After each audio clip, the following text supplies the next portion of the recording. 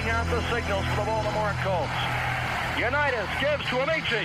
The Colts are the world champions. Amici scores. It's amazing, sensational, dramatic, heart-rending, exciting, thrilling finish in the history of college football.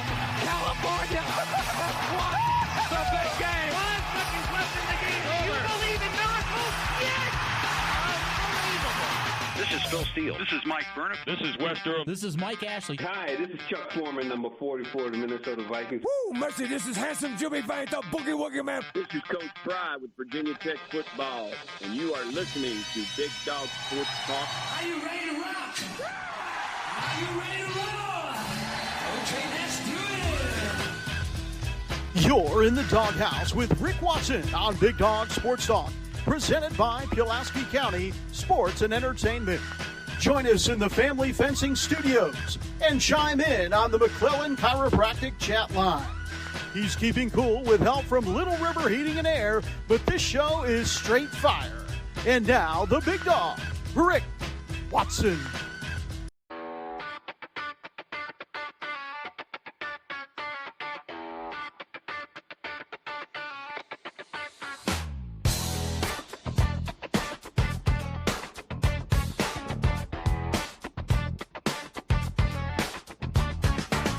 Rick Watson's got the mic, he's the big dog king. Cover sports so sharp, it's a new river thing. Virginia Tech fire, rapid pride too. Every stat, every play, he's bringing it to you. He's got that voice, deep as a valley, breaking it down, no dilly, no dally. Big dog sports talk, feel the bark.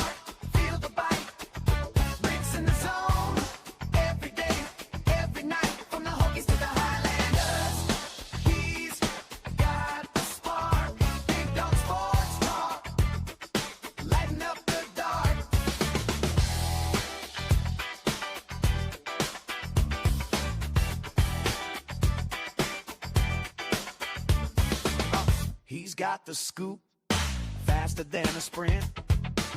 Calling plays like a coach, every word's a hint. From the courts to the fields, the stories unfold. Rick's play-by-play, worth its weight in gold. With a laugh and a growl, he'll pull you in. Big Dog's podcast, let the game. Hey, good morning. How are you? See everybody here on a Wednesday. Yeah. Hectic day already. Had to download the whole studio all over again. Gotta love that. But everything seems to be functioning properly now. Hope everybody's doing okay. Hit us up in the McClellan Chiropractic chat room. Good morning to everybody. Hope everybody's doing okay. Good morning, Paul. Good morning, Bobble. Hit us up on the BDST professional or text line as well, 540-391-0788. Kion Brown joins us. We'll talk some hoops. Tech got a thrilling road win last night in overtime. Talk about that a little bit. Signing day today.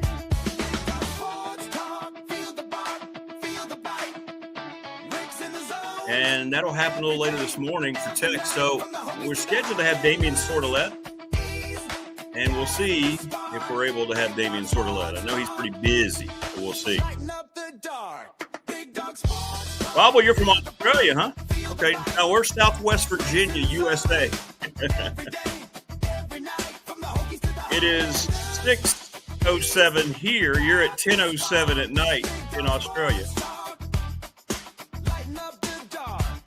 Well, I'm not going to do a horrible Australian accent attempt for you, but welcome. Hey, Stephen. Good morning. What are you going to New York for? Hey, Paul. See you, man. You going to New York? What are you doing in New York? Be safe. Everybody be safe, wherever you might be. But, yeah, it's one of those mornings you come in and you see that StreamYard is offline and you have to. No, I'm not. I don't really have a good Australian accent. Good morning, Prometheus. How are you? You could do the exaggerated one. Like now they do them. I think Americans do Australian accents so badly that they make fun of themselves doing Australian accents. Hey, Morris, good morning. From the tree stand in Hiwassee Woods to the mountaintop cabin in Montana, overlooking Cody, Wyoming. Oh, yeah. I think we'll hear from Wyoming guy anymore. You think we scared him? And now the grouper fishing rod in Palm Coast. BDST is live. Good morning, Opal. How are you? You're a Lakers fan. Okay, Bob. Good, man. Pretty cool. Pretty cool. Well, welcome. Subscribe. Please like, share the channel. Remind people it's free to subscribe. We stream every weekday morning from 6 to 8:30 Eastern Time USA. So 10 o'clock your time. Oh, okay, Stephen. Pretty cool, man. Visit your parents. Very cool. Want to thank Family Fencing for sponsoring our studios, 540-200-8294, familyfencingnrv.com. Give Jason Green a call. They're going to work throughout the winter time. So that way you don't have to worry about your yard come spring when you're ready to rock and roll. Give them a call. Mark Hundley never has any time off. Winter, spring, summer, or fall. It doesn't really matter at all. Go see him, McClellan Chiropractic, right off Peppers Ferry Road. Got the latest technology, and he will get your body right, man.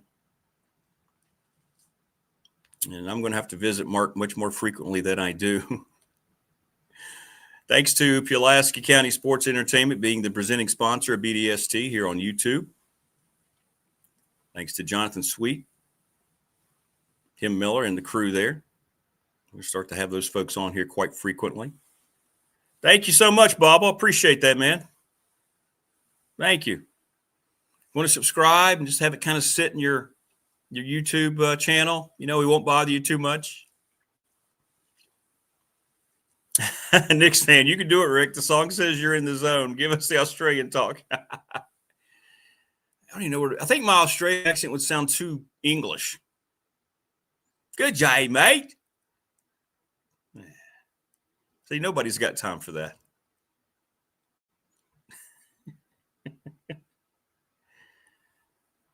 Do you want to pet the... See, it goes right into an English attempt.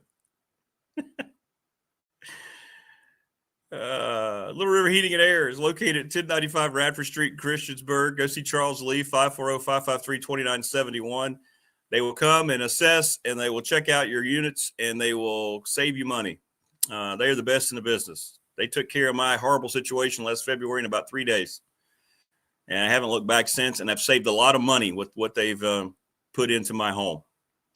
BDST Fan Question of the Week brought to you by the attorney Ryan Price, 701 West Main Street in Radford, Trust and Estate Planning. And the question was, who's going to win the ACC title game Saturday night in Charlotte? And most of you are saying it's going to be Duke. Oh, well done, you think? Thank you.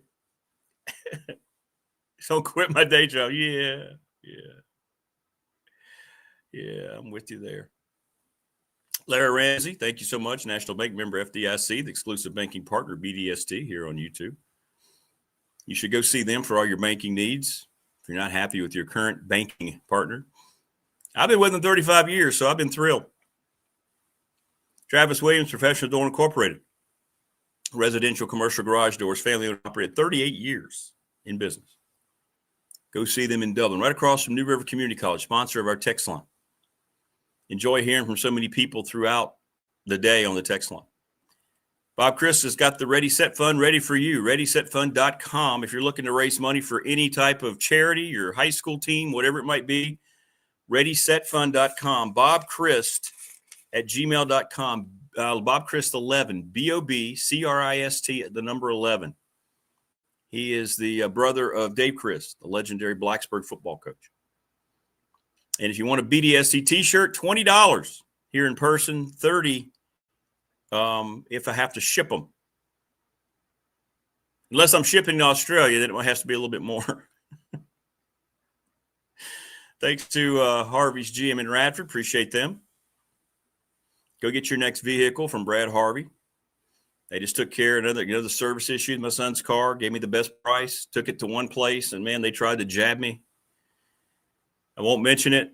It's amazing how you can take your car to one, and I don't know how many of you deal with this. You take your car. I didn't take it to this other place. It got taken there because it kind of had an issue when my son wasn't with me. And I call Harvey's and explain what they found when they diagnosed it, and they priced it like $800 to $900 cheaper. I'm like, well, yeah. So I moved it from that place to Harvey's.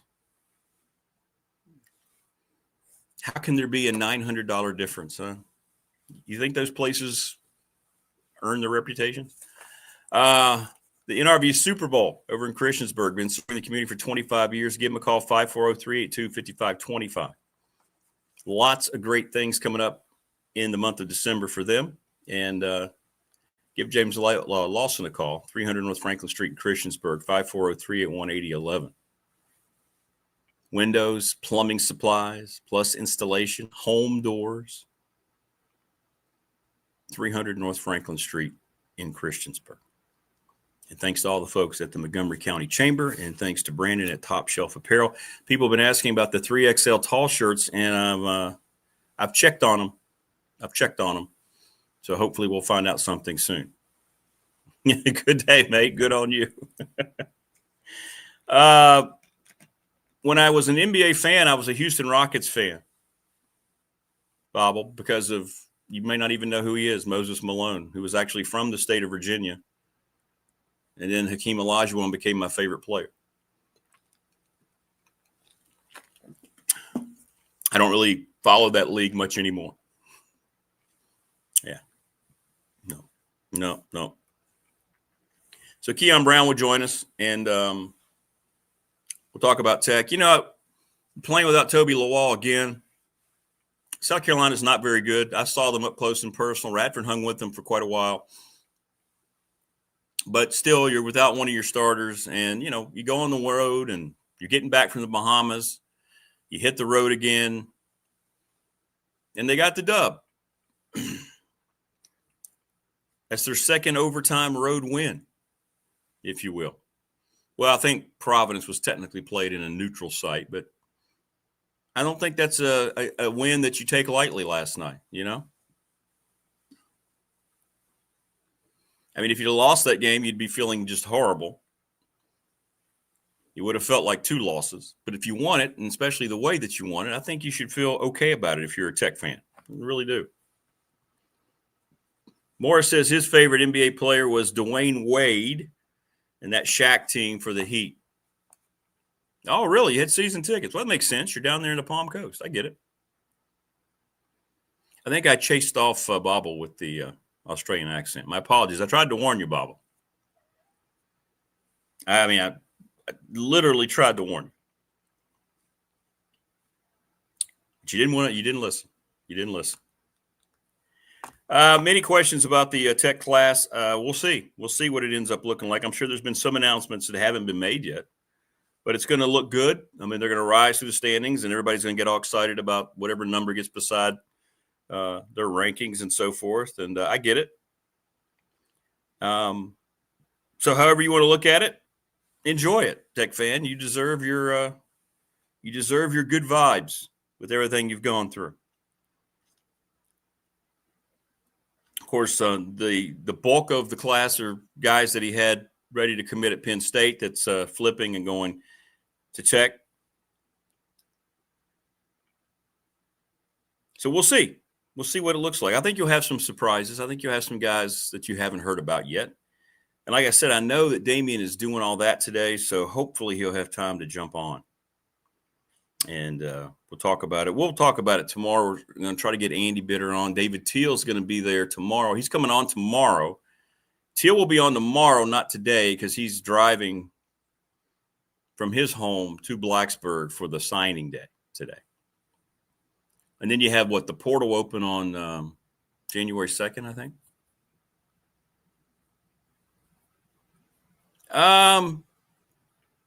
Sometimes I'll watch the NBA playoffs. I've soured so much on that league. I don't think I did much at all last year. my son likes the NBA, so he was still living here before he went to school. And I'd watch some games with him, but not as much, man. Not as much. Not as much. Hey, Prometheus, good morning, man. Good to see you burning the fire. He said, I thought they were better than people say. You said after the Radford game, South Carolina was better. Yeah, they're better. They're still not good. I tell you what, South Carolina might be looking to replace a basketball coach and a football coach in 2026 after next football season. Yeah, they got Michi back. Michi came back. Michi went to Ohio State for a year.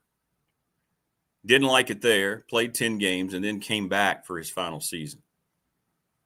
They're picked dead last in the SEC. They're going to have a hard time hanging in the SEC. And I think Coach Paris is in some trouble. From what we got when we were down there, this is his year. He better turn the thing around.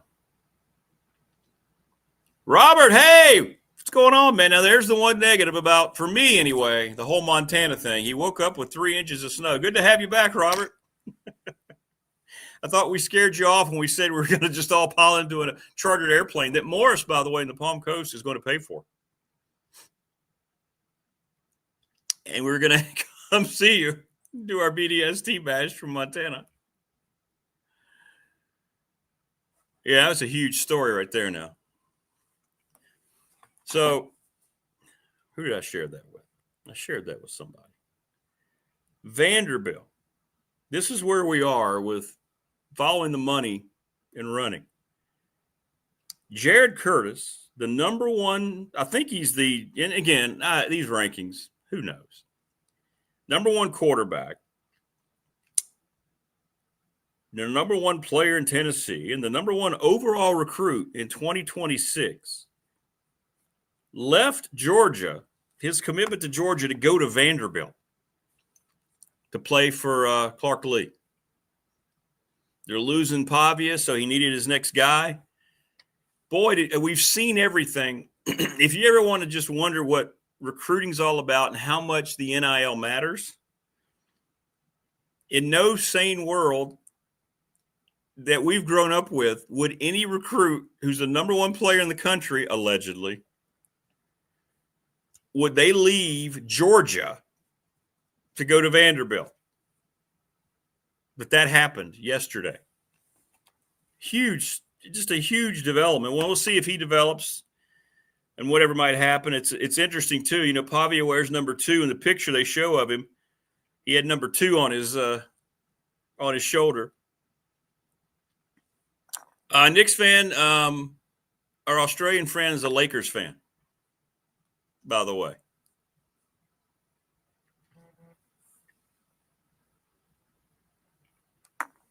But anyway, yeah, he switched. Craziness. And we're going to see a lot of that. So many guys are in the portal. It's going to be a mad dash. And then you're going to have the portal right after the first of the year. The college football calendar is just so utterly and completely screwed up. And they came out with the playoff rankings last night. Everybody feel about that? If people don't understand that the whole relationship with ESPN and the SEC is not just ruin college football, then you're just not paying attention. You know? The conflict of interest that they consistently have is nuts. But you have Ohio State, Indiana, Georgia, Texas Tech, Oregon, your top 5, Ole Miss, A&M, Oklahoma, Alabama, Notre Dame, BYU, and Miami is number 12. Virginia is 17. James Madison shows up number 25. And that's exciting. I like that. Hang on just a second.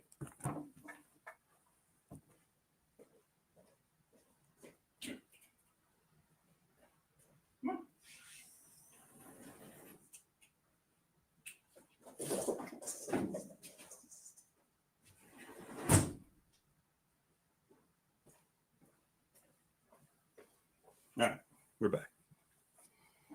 All right. All right. So, yeah. Where was I? So, anyway, the playoff is out, and JMU shows up number 25. So, that's really good news. Tulane, those ahead of them, number 20. So, if the playoffs started today, this is what it would mean. You'd have Ohio State, Indiana, Georgia, and Texas Tech all getting a bye. Let's see. The 5-12 game would be Oregon with a question mark. Ole Miss would play the 11 team with a question mark at number 6. Texas A&M would be 7. Notre Dame would be 10. And Oklahoma would play Alabama in the 8-9 game. So that's where we are. Very good point. That's a very good point. Coach O'Mation brings up a great point. I don't think it was the case with the Georgia kid, but he wasn't really in the portal. He just flipped his commitment. Guys who are going to be in the portal half of them are being told to leave by their respective programs, that you're not going to play here. Now, I don't think that's the case at Penn State, but nonetheless, it's just going to be a wild, wild free-for-all.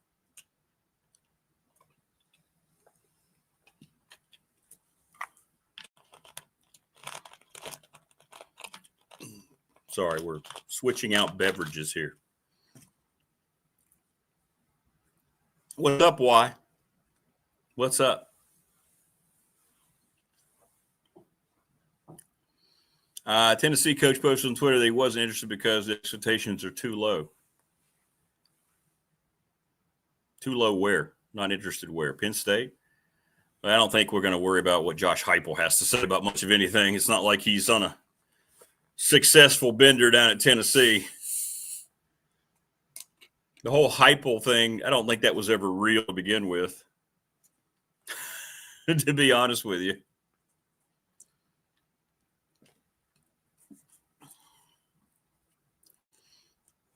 Everything eerily quiet from all channels around Happy Valley. Everything eerily quiet in Tuscaloosa. Did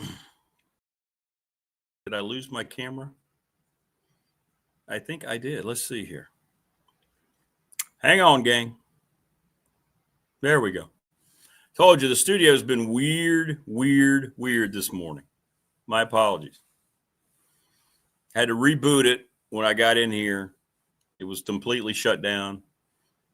And we might have some kinks there we're working out. So we're good now, I think? Yeah, I think we're good now. So my apologies.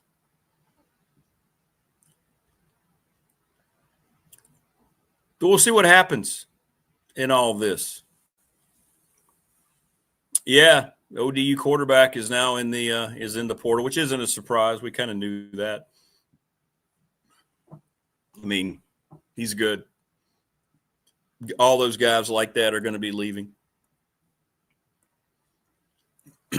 We'll see what it looks like. I think, and I always try to just remind people to be cautiously optimistic in today's landscape. You have to understand there's zero loyalty. And I'm not criticizing the young people at all. We'll talk about this with Kion. You know, everybody, and I get it, everybody's gushing about all these guys that are flipping to Tech.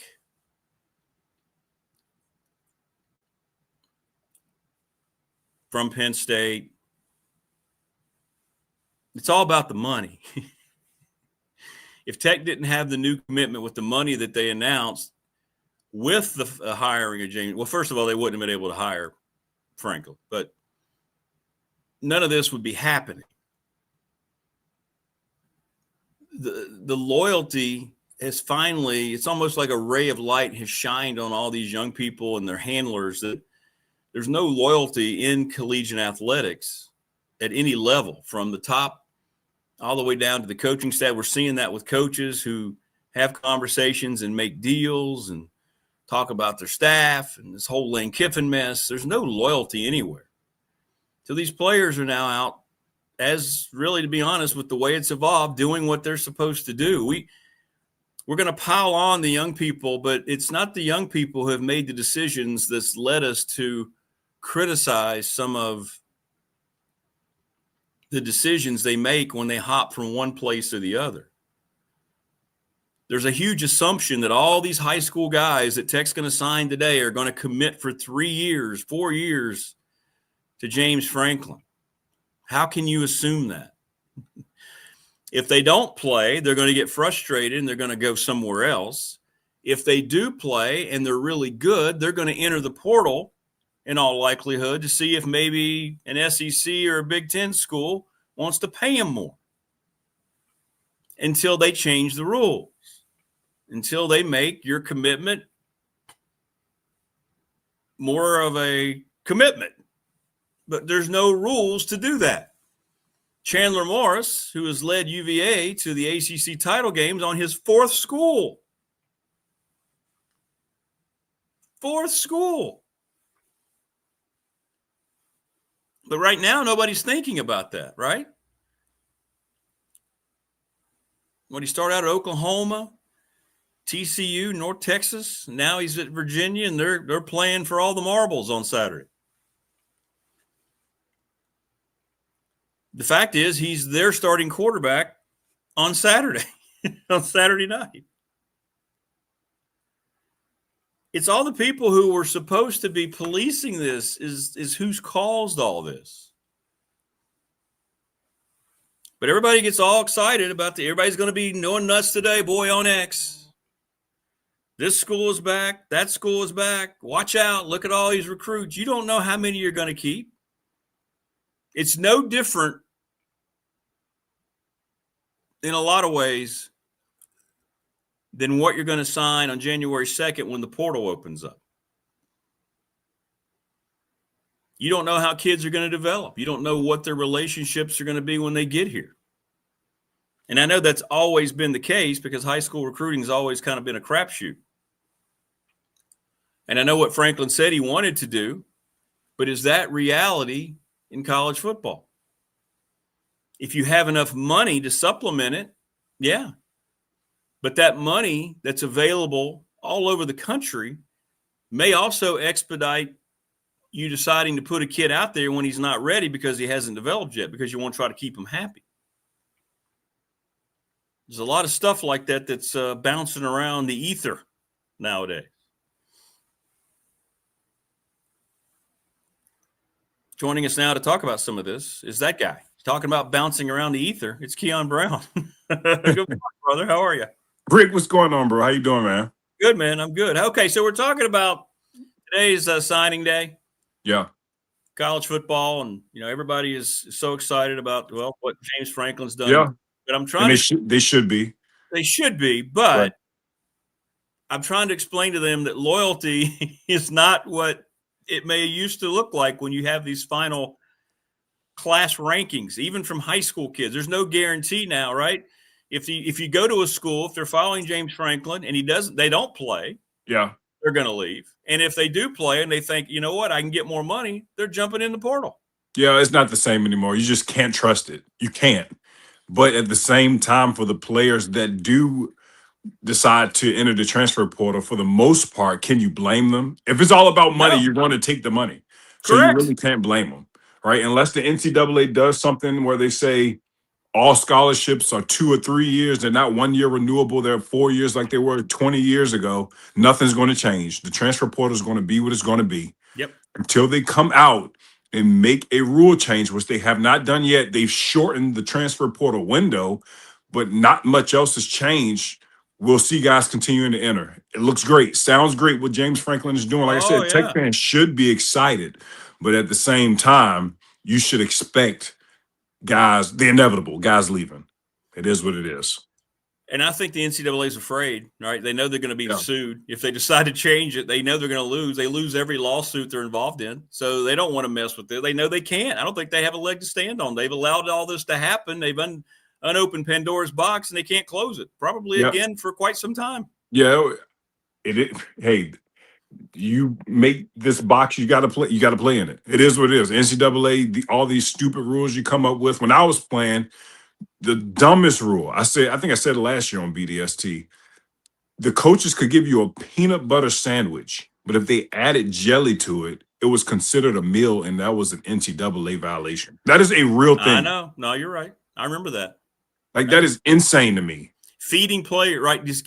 Wasn't there a lot of cases where you just like bought a kid lunch and then all of a sudden it came up and you may have committed some kind of minor violation? Yeah. Like, what are we doing? You didn't have money or something? Yeah. Yeah. Like, what are we doing? Come on now. Oh, my God. Now, see, then Tebow goes to the other extreme. I'm not saying you shouldn't enjoy it. It's a waste of time. Nobody's saying that. But we're saying you got to look at it realistically, right? We'll see. Hopefully the kids stay and develop and they want to be in Blacksburg when they get here. There's always going to be isolated cases. But look at the kid from Georgia. They thought this kid was going to come in and be their superstar next quarterback. And what happened yesterday? Vandy, goes to Vanderbilt. The number one recruit in the country leaves Georgia and goes to Vanderbilt because he's going to make $3.5 million. There we go. It's all about the money. And as a 18, 19, 20, 21, 22, 23, 24, 25, 26, 27-year-old, we see 27-year-olds in college. That's guys are going to offer you that much money. Why not take it? You can set yourself up for a nice life with that chunk of change what some of these guys are making. I know if I was making that type of money that some of these guys are making, even if you give me $300,000, I'm paying off my mom's house. We're doing a lot of stuff that's going to set us up for the future. Hopefully these guys are doing that as well.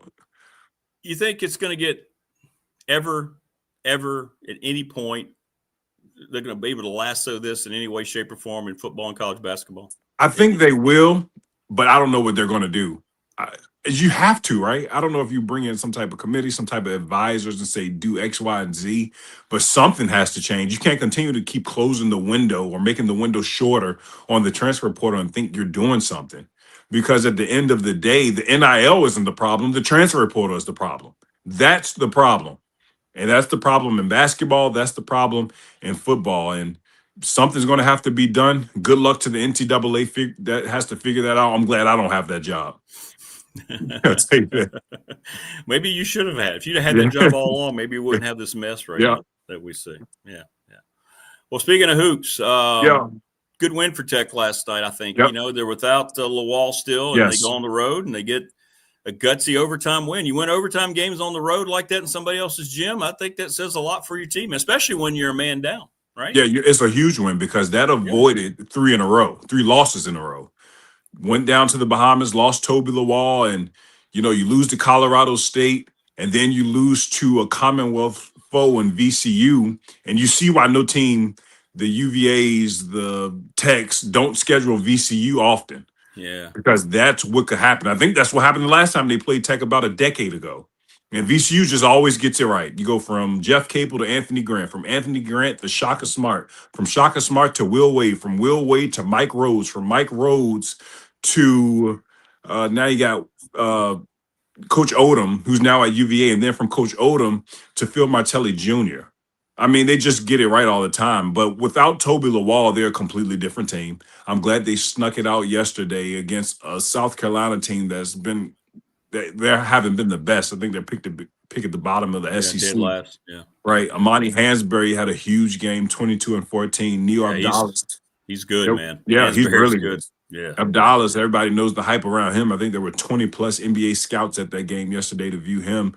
You know, Ben Hammond was good off of the bench. He had 16. He had Jaden Shutt was huge, 2 threes.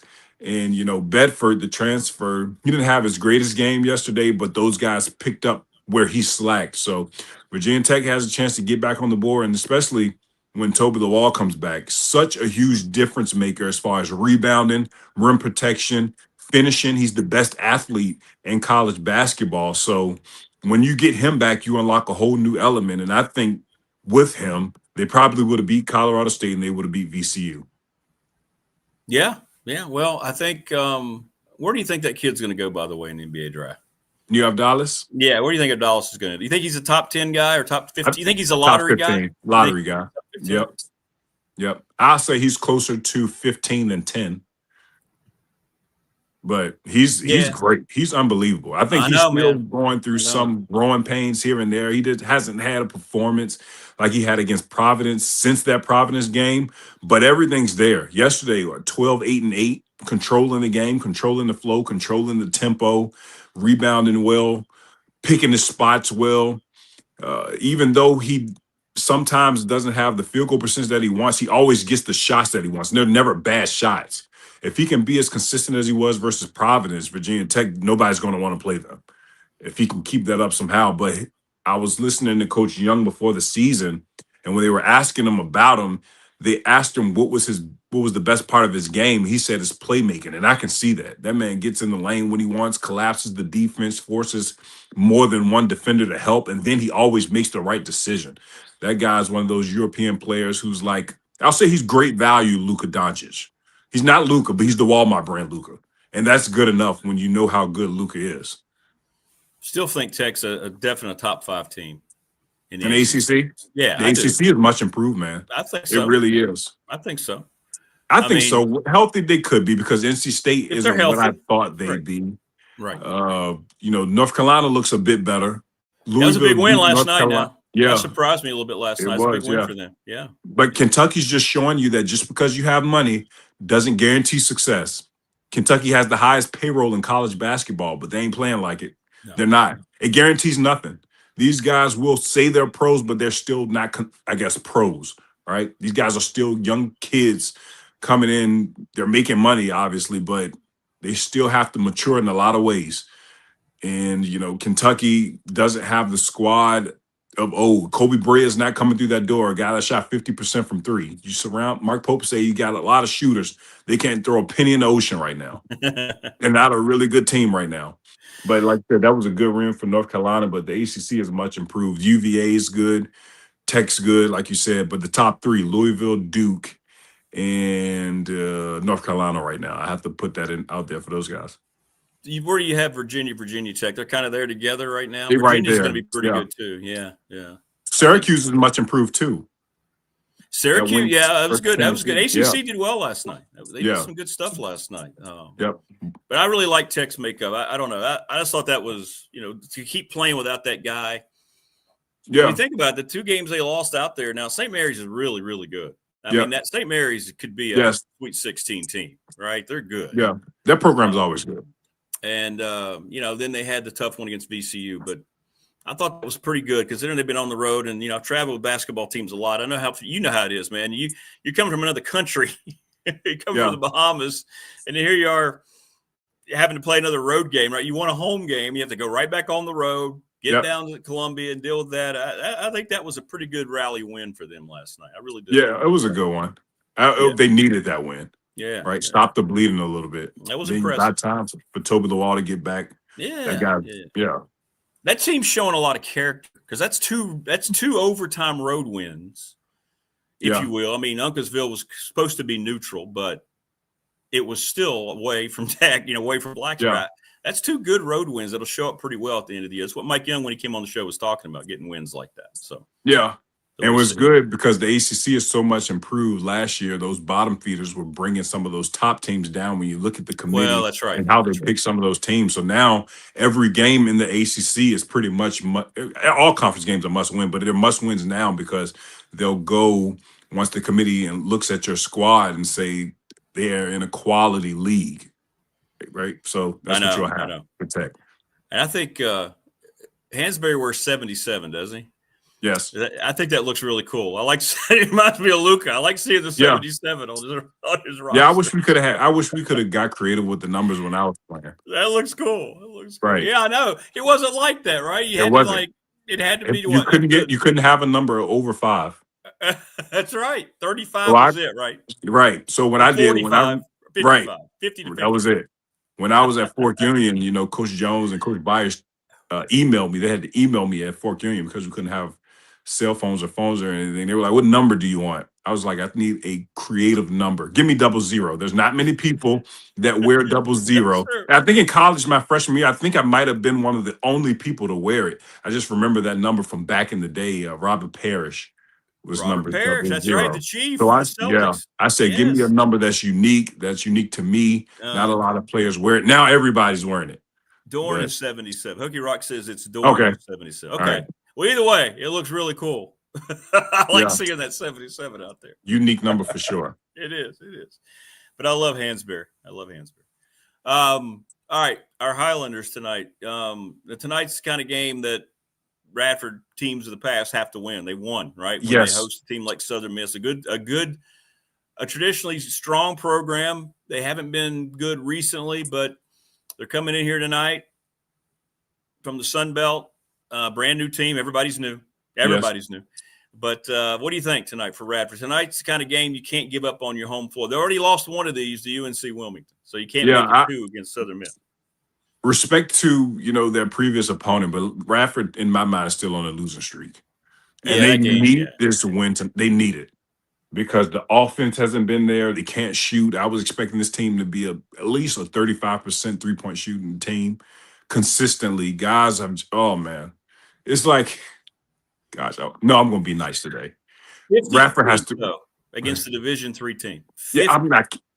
Come on. Yeah. What are we doing? I know. Do it tonight against Southern Miss and make them. How about that? Yeah, you got to make them. If they make the shots from there, they're going to be tough. But that's the way they play. It's a complete NBA mindset, and that's what Coach Tree will tell you. That's the way they play. It's completely. That's all it is. Yeah, they really don't run any sets. No, he says that. He says we don't have any sets. He told me that in one of the interviews. Which I see it. But to his point, he says it's tougher than you think for guys to play this kind of style because they're used to having more of a, substantive half-court set. Yeah. And even though it's free flow and you can do what you want, sometimes guys have tough adapting to that. And I guess that's what they're having a tough time dealing with. It's crazy. Well, we're in December now. That means the Big South starts in just over 3 weeks. We're right there. Yeah, Winthrop is playing excellent basketball. It was a big win for them last night. Yes. Wow. High Point. Those two are the best. They are the best two teams in the league right now. UNC Asheville seems like they're on the up and up, beating UNCG yesterday. Longwood is inconsistent, but when they're on. Probably the most physical team in the Big South that I've seen so far on the inside. Radford has to turn it around, man. Come on, Coach Chu. Come on, staff. Get those guys going. You got the squad. You got the talent. Try to turn it around. No more excuses anymore because everybody has a new roster. So you got to get it done now, man. Well, and for this month, that's why they scheduled the way they did. There's only one road game all month. I can never remember that. 26 years of doing games at Radford where we've had one road game, and that's the trip to William and Mary. Everything else is home. And you're going against clubs. Other than tonight, after this, you're going against teams that you should, on paper, handle. That's why they're on your schedule. Coppin State and St. Francis, which is dropping down to D3. Yep. So we'll see. And William and Mary much improved. So William and Mary's better. Yeah, they are. In-state basketball is pretty good. Tech. Yeah, this is a good year for basketball. Isn't it? For the Commonwealth, it seems like it's pretty good. JMU's picked to win their league. George Mason's good. I mean, this is a good Liberty's league. Good. Yeah, George Mason's undefeated. Liberty's good. Yeah. VCU's expected to win the A-10. Richmond is much better, but when you were as bad as Richmond was a year ago, you can't expect to go anywhere but up. They just had a down year last year. Talk about what we said, McKay and Liberty. Norfolk State, Robert Jones is always at the top of the MEAC. This is a good year for Commonwealth basketball. It really is. A lot of teams can represent the state in the NCAA tournament. It could be one of those years. I love it, man. I wish we could do a state tournament. Yeah. And then VMI. I know they're hurt right now. It's the injuries that are getting those guys, but they are. Come on, that's probably the hardest job in Division I basketball. And you pick to finish 5th in the SoCon preseason player of the year. Yeah. That's one of our Sunday games coming up. Yeah, man. Yeah, George Mason coming to Blacksburg. I wish we could get together. Don't you think that a Commonwealth tournament? Yes. Wouldn't that be so much fun? You could pair up the bigger, whatever you want to do for Tech and UVA to get something out of it, and have all the mid majors kind of figure out how they're going to. I think that would be so much. It will be huge, and since they're in conference rivals in the ACC, you use that as a conference game. You can figure something out. It's something you can figure out. There's too much talent in this state, too many quality teams, excellent coaching, where you're just leaving an event that will be as big and as good and as competitive as that on the table. But we talked about it, kind of hinted a bit earlier. A lot of teams don't want to play VCU. I know. A lot of teams don't. I know. It's hard to schedule a Norfolk State, especially on a neutral site, which most likely it will be. Right. Put it somewhere like in the state capital in Richmond, right? Yeah. Somewhere that's easy for everyone perfect. to travel to. Yeah. Right. Come on, man. I think it'd be great. Or Yeah. just even if Tech and UVA don't want to do it, which, I understand they're in the Yeah. ACC. They may have other games, different aspirations. Take out the two power schools and just put all the mid-majors in Richmond. And there you go. Yeah. Yep. That would be great. Like, it would be phenomenal. And if the crowds would be big, I think people would go. You'd have different types of crowds for every game. People would travel. You could market it. You can make a lot of money. I think people sponsors. You can make a lot of money with that. You can. And if anybody's watching right now, you want to set that up. Come on, put Rick and I on the call. We're on that. That would be amazing. We'll broadcast the whole damn thing. My goodness, that would be a dream come true. My God, that'd be fun. I think it would help with recruiting. It would. It would do a lot of good things, but Yeah, you set that up the right way, it would be great, man. Because all you hear about coaches, they say how hard it is to get early games scheduled, right? Yes. They're looking at the calendar in November and December and all that. So this way you're taking care. Maybe you could play 2, you could play 3, just round robin. Like I said, Tech UVA may not want to be involved because I think Prometheus is right. They probably have more to lose than gain. Right. They could schedule one of these teams and lose. But yeah, I don't know. I like it. So. Yeah, but then you have the guys like Tom Izzo who isn't afraid to play anybody. Yeah, right? But he's cut from a different cloth, though. Even Martelli Jr. said it last week. He's like, we want to dance with these bigger schools, the UVAs, the Techs, but it takes 2 to dance. The other squad and the other program has to want to dance with us. We'll play you wherever, whenever. I wish every program had that mindset. Sponsored by Smith Build Bacon. There we go. Yeah. Hey, Christopher Lester. Hey, Butts, what's up, Chris? Asking us about, Wingate men's basketball. That's where I think that's where Dwight Vick's son's playing. Right? Okay. Yeah. I believe. I don't know much about Wingate, but we'll check them out. Yeah. I have to look them up. I think that's where DV's kid is, right? I think so, yeah. If I'm not mistaken. It would be, Prometheus. It'd be great for recruiting. It would be. So let's just leave it at mid-major. We'll leave Tech and UVA out. Yeah, still got quality schools. Yeah. Longwood, Radford, VMI. I think VCU and Richmond should be in it. I guess VCU's a national brand, but they're still, I guess, A-10s. So they'll be like the flagship squad. They could play Mason. They could play JMU, Old Dominion. I mean, there's just so ODU, much. So much you could do. We're solving the world's problems right here, KB. Yeah. What we're doing. Yeah, it's just too many programs here. It's just too many, dude. Yeah, I know. Well, we'll see what happens tonight. I think is it crazy to say that it's a must-win for Radford? I know it's non-conference. I don't think so. I mean, I don't think so. It feels like it to me a little bit. Yeah, you have to, man. I mean, God, the more you lose, the more your morale goes down, the more players, I hate to say it, give up.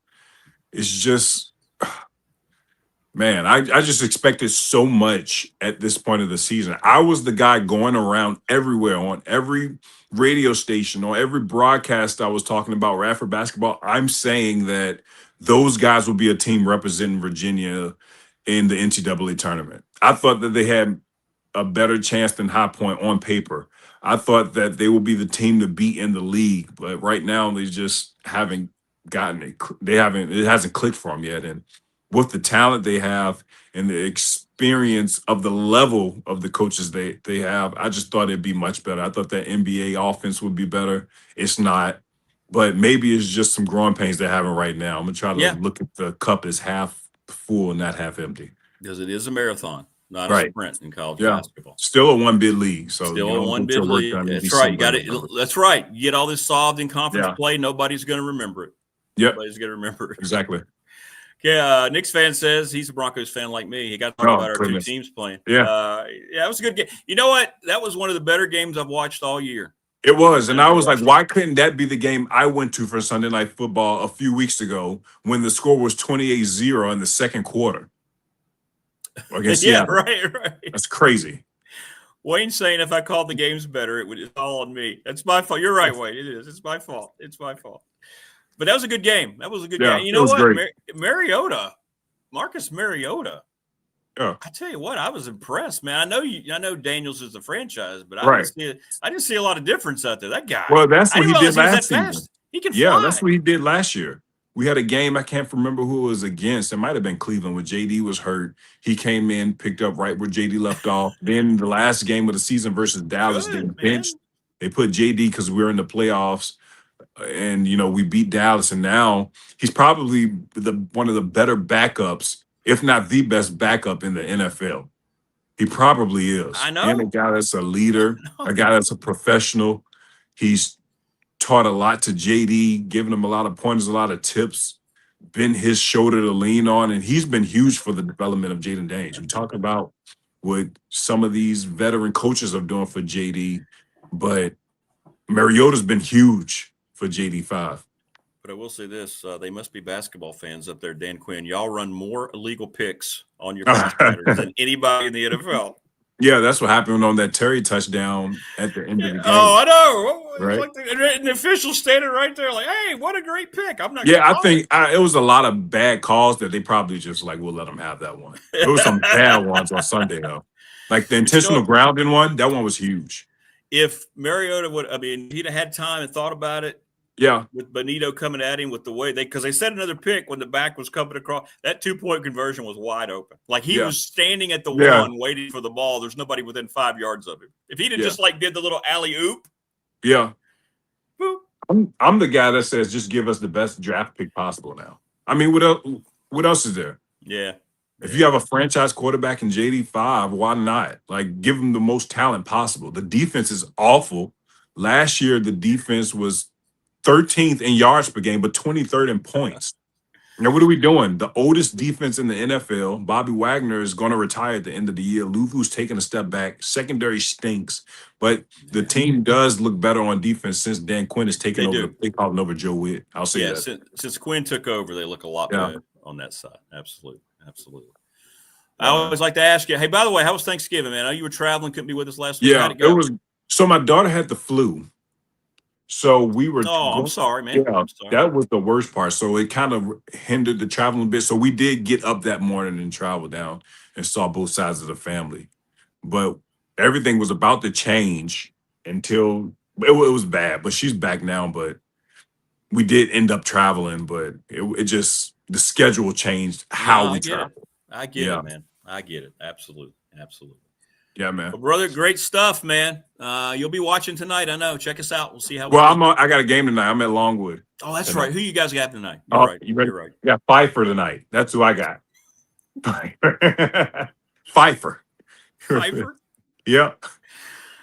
The Pfeiffer Falcons. Well, I mean, they're no Mary Baldwin flying squirrels, but so watch out.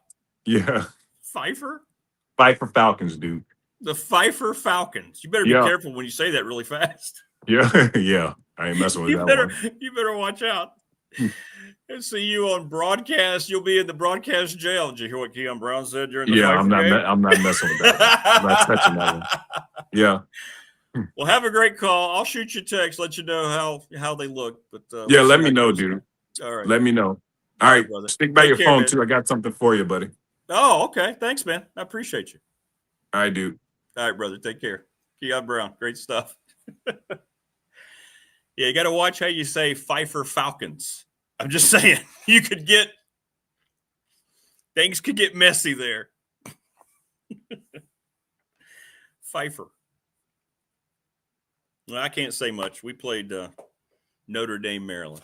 All right, hang on. We got 20 degrees and the Creed is out. Hang on. I'll be back.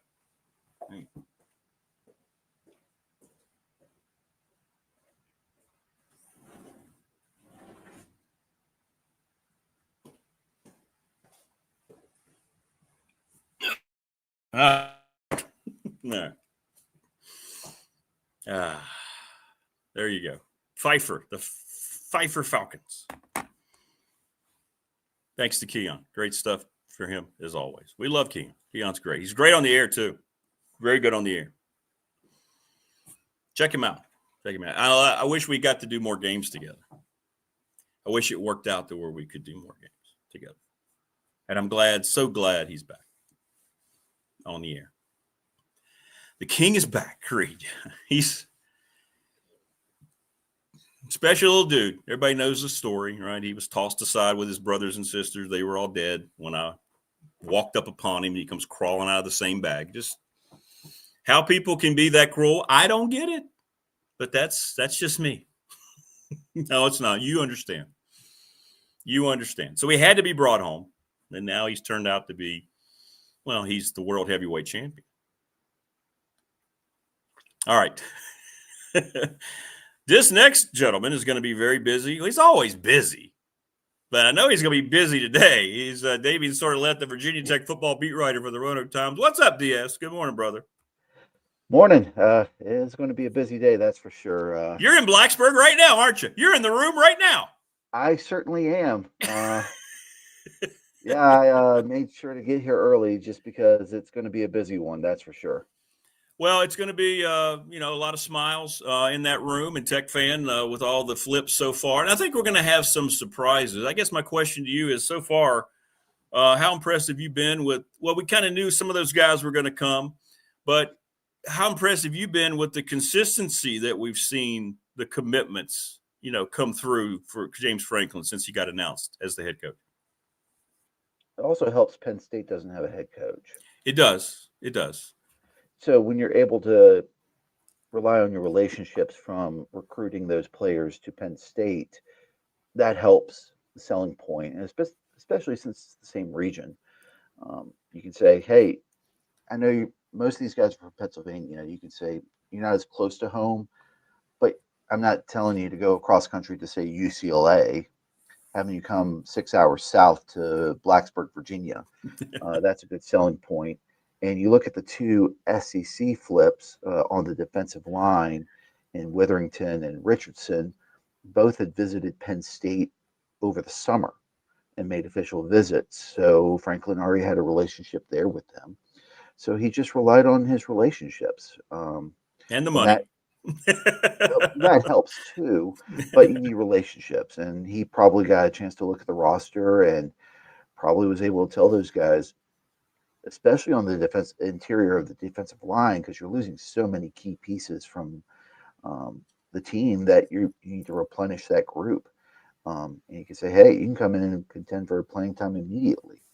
And I think that was a big selling point for a lot of these guys. And Franklin said he's going to build in the trenches, and he has gotten some beef when it comes to offensive and defensive line. And I think that's going to be something that will be highlighted today in signing day.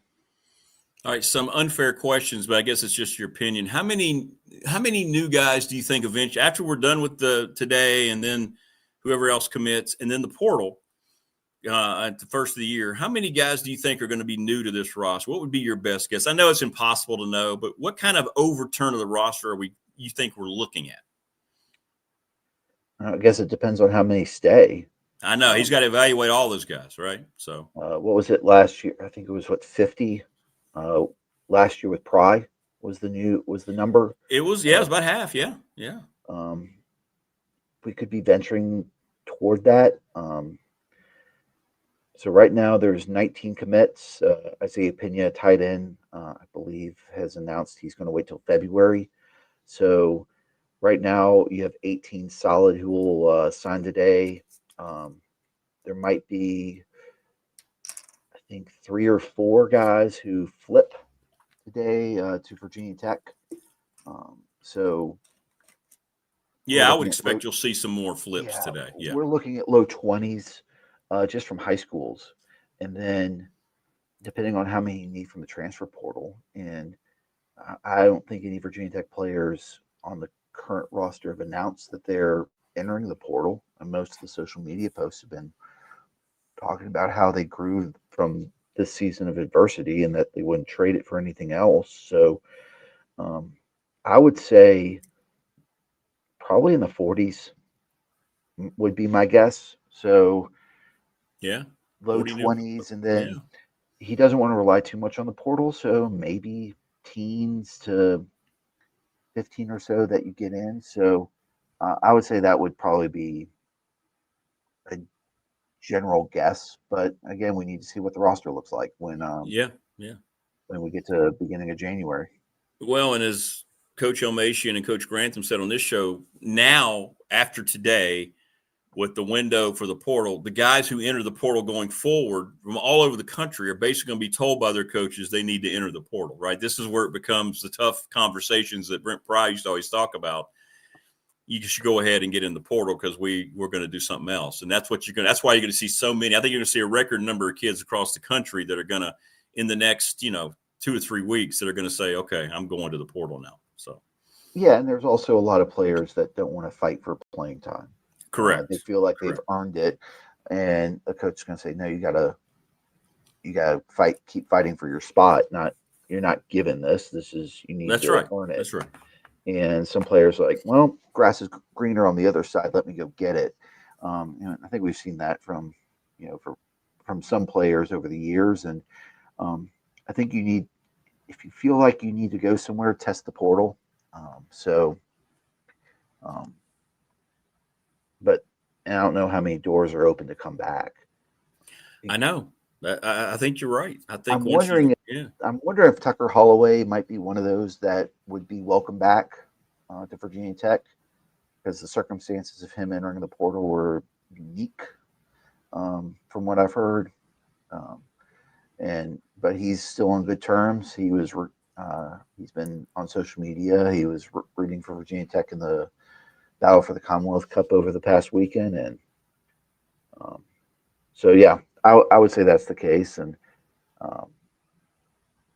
but yeah, we'll see how Franklin views the roster, which positions he needs to fill. Well, and we knew this was going to be his strength, right? This is what he does. He's able to go out and he's able to sell, himself. He's able to sell his vision, and now with the financial increase, it all is coming to the perfect head, right? In terms of them being able to go out and put together what's going to be, I think, a highly ranked class. I don't know how many people, I guess a lot of people look at those rankings, from these sites. A lot of them don't even know. A lot of them don't see 75% of the players that they rank, but it is what it is. But they're going to have some impressive numbers and some new depth to sort out once we get everything done and settled heading into the spring.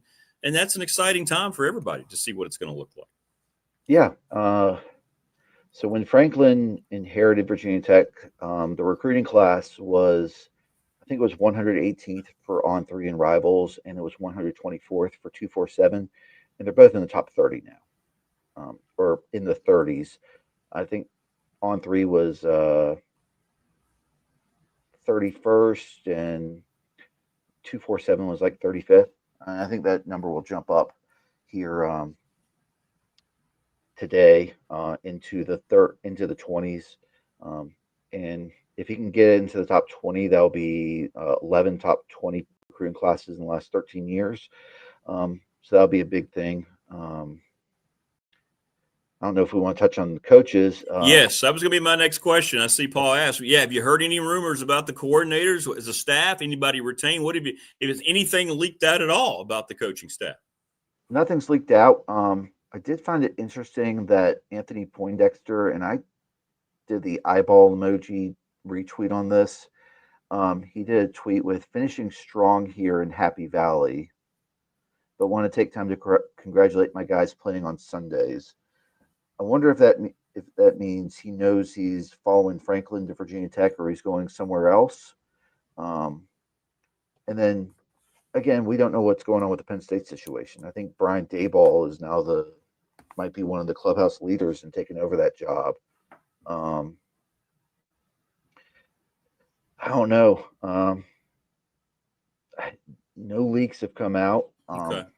I wondered if anything had kind of seeped out a little bit. He's kept that very close to the vest, hasn't he?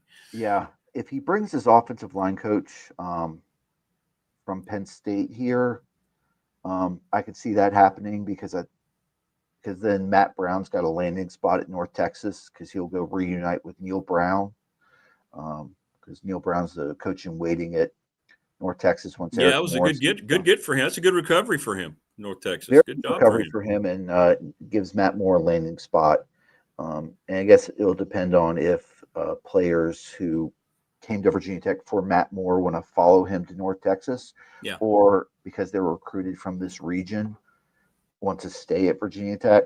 That'll be something to monitor, and that's probably why Virginia Tech has gone so heavy recruiting-wise by getting those players, and the fact that they have 7 currently committed who could sign today.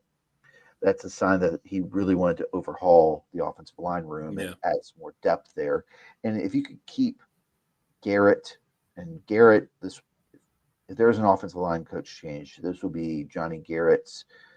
Let me see if I can do the math here. Yeah, how many? This will be his 5th offensive line coach. Wow. Or sorry, 4th. His first year was 2022. So it was Rudolph, Crook, Moore, and then if there's a new offensive line coach, fourth one in 5 years. If you can keep him, Ganem, Altuner, Lynch, and I'd say like Crawford and maybe even Wright, and then you add these signees in, you're looking at a pretty good class or pretty good offensive line, and you probably need to go get a couple more depth pieces with experience to bridge the gap. But I think you're looking considerably better, especially if you're able to bring in a really good offensive line coach who, let's put it this way, Penn State's been putting guys in the league from the offensive line for the last few years. And I know Matt Moore has the same reputation. So I think you can go either way depending on, who you have as offensive line coach. And I don't know, I've heard John David Baker from East Carolina could be the offensive coordinator.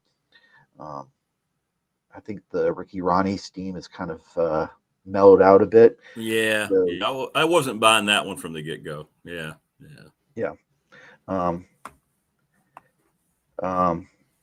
Wayne, I'm not singing Allman Brothers as a hint for defensive coordinator. I think unless we see Brent Pry here today when we go in there in about an hour to see how this production is playing out, if he happens to be in there and he's part of it, then something's up. And I think Andy and I will be pretty on top of that. That would come out immediately. Yeah. Oh, immediately we would summon Brent over to us and be like, all right, what's up? We didn't expect to see you back here. Well, I know Coach Elmation thinks that it'd be easy. He thinks the easy answer is Poindexter as defensive coordinator. Like that should be the hire. I think that would be a terrific announcement. If they end up announcing that here soon, I think Tech fan could do cartwheels. That'd be a great get, I think. So the problem and I think Andy brought this up on a podcast about how many chances has Poindexter had to be a defensive coordinator in State, and he was passed over. I don't understand. Yeah, exactly. Does people know something we don't? Like the whole Franklin firing? I don't know. Co-DC with Pry. You bring in Manny Diaz instead of elevating Poindexter. You bring in Tom Allen instead of elevating Poindexter. You bring in Jim Knowles instead of elevating Poindexter. You got passed over every time. Yeah, that's true. That's true. I don't know. Maybe he wasn't ready. Maybe he told him he wasn't ready. I don't know. But it feels like he should be ready now, right? If he's ever going to get one, this would be it to come to Blacksburg. Yeah, I would say, you keep Fontel Mines, you keep Elijah Brooks. Brooks is incredibly crucial for recruiting, especially in the DMV and his ties to that area. And his development of running backs is pretty good. I'd say the track record with Bashal Tootin for the last 2 years and what he was able to get out of a Division II guy like Marcellus Hawkins this year, that says he knows what he's doing in terms of developing running backs. And I think that would be a no-brainer to keep him. I don't know who else you look at. J.C. Price wasn't on the field coaching these last 3 games, and he wasn't even down on the field pregame working with the guys leading up to UVA. So I don't know. Really? Yeah. Really? I didn't know that. I was told he was in the booth. So, it'll be different. That's different. Yeah. All right. So I got to ask you, because I got a ton of text messages on our professional door text line. Colton Joseph is now in the portal, the ODU quarterback who looked just good all year, but boy, really shined in Blacksburg. Boy, that feels like a guy that if we get an announcement he's going to transfer to Tech, the Tech fans should be excited about it. That would be quarterback's going to be key, whichever one he gets out of the portal for year number 1 and maybe year number 2, right? He's got to hit that. He had trouble doing that at Penn State consistently. Would that kid be a viable candidate, do you think? He would if the offense fits him.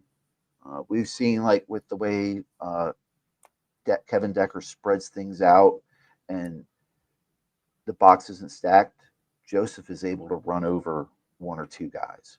But if you bring in more of a pro style where you're more compact in terms of your alignments, I think he might have a little bit harder time trying to run through 3 or 4 guys, even though he's a bigger guy.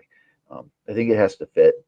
That's why I've always said if you could bring Ronnie and Decker as a package deal as OC and quarterbacks coach, you could fit in Colton Joseph very well. And I know everyone's saying, James Franklin didn't just go to Norfolk to watch a random Troy ODU game on a weeknight just for fun and just to have a beer and a hot dog at a tailgate. Right. He went to get some evaluation done early. I think that's Joseph what it kind of feels like. He was there for a reason, right? Yeah. Yeah, I think Joseph would be a great fit, but you need him in the right system. And I think with the way Decker has developed him, I think that should allow Decker to be an option.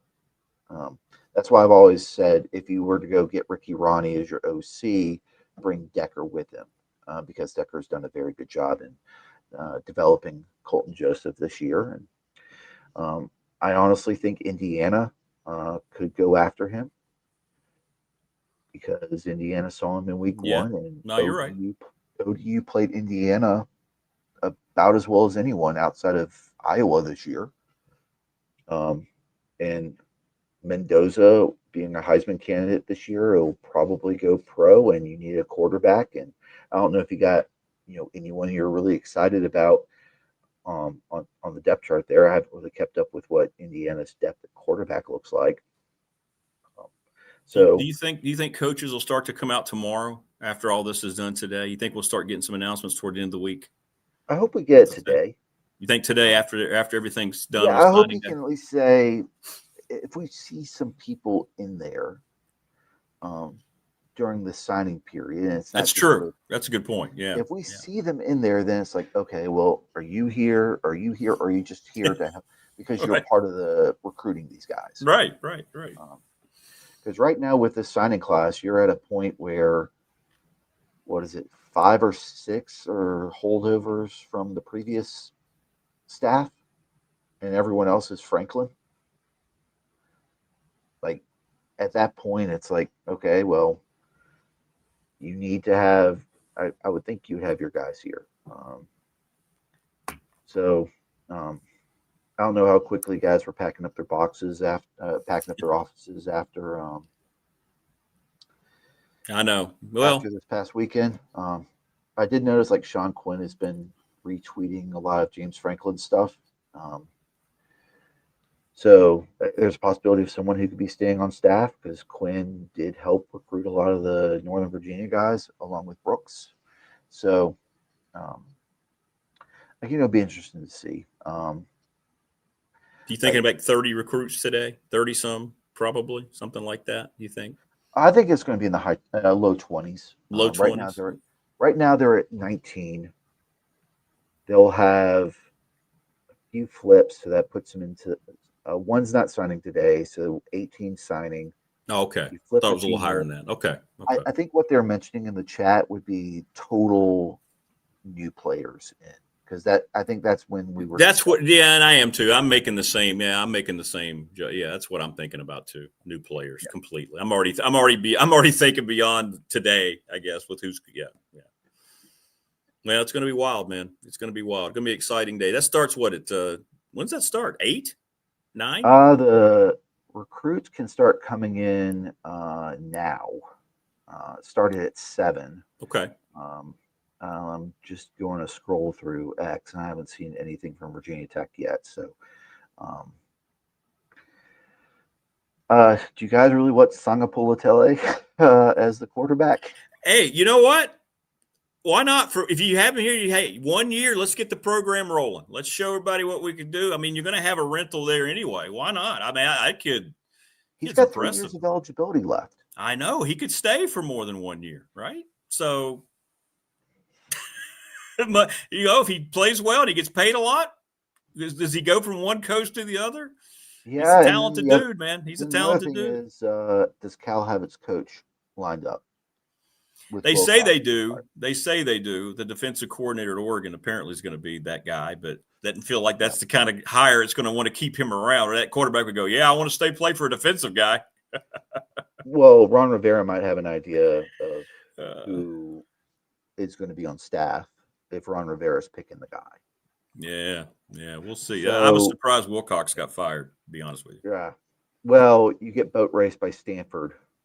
I know, on one game. I know. But that's a tough place to win. So, Wayne, to answer your question about live announcements, Matt Sieg is a safety, high 4-star. He's announcing, I think, around 10-ish. And then Terry Wiggins, a linebacker, is announcing, I believe, around noon. So those would be the guys to keep an eye out on, at least the 2 big names. Those would be Penn State flips. Sieg is down, I believe, to Virginia Tech and Pitt. And Wiggins is debating between Tech, UNC, Colorado. And there is the possibility they could both stay committed to Penn State. Virginia Tech's making a big push for them. And there's a couple others who I think Virginia Tech could be in play for today to get that number up higher. But I think Sieg and Wiggins are both very high 4-star guys, borderline 5-star guys.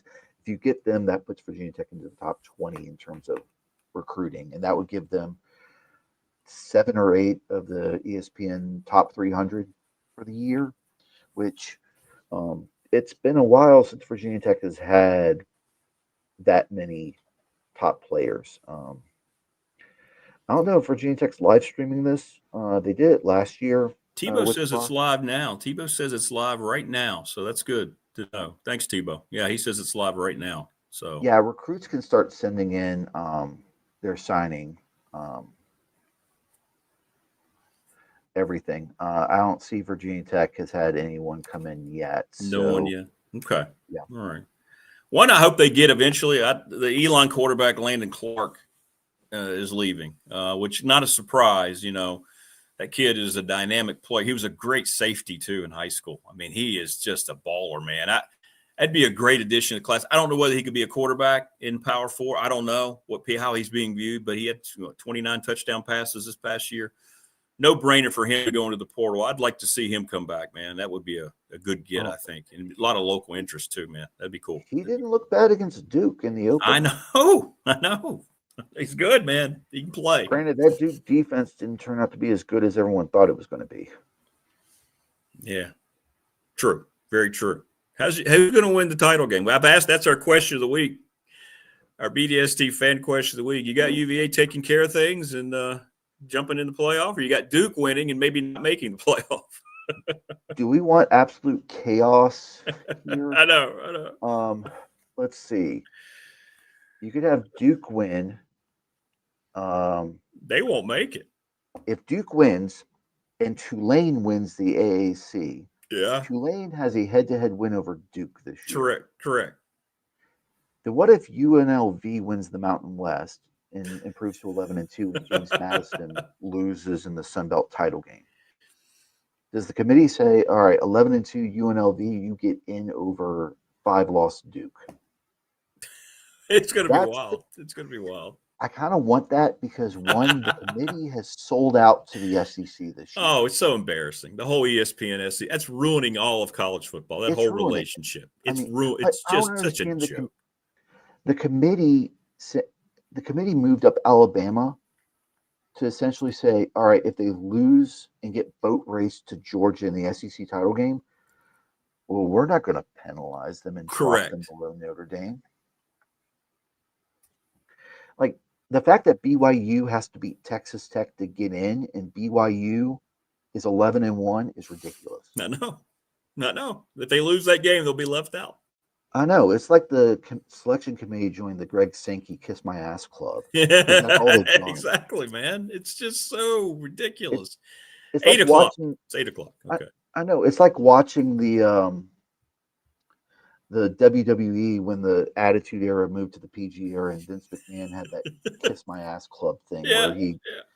And it's like that's what I'm watching right now. And the fact that you have the Arkansas AD as the chair of this committee, and he's out there pining for Alabama. I'm like, yeah, of course you're going to pine for Alabama. The more SEC teams that get in, the better the payday is for the league. That's why he's probably like, oh yeah, they're up 17-0, and then had to have a gutsy 4th down call in order to win.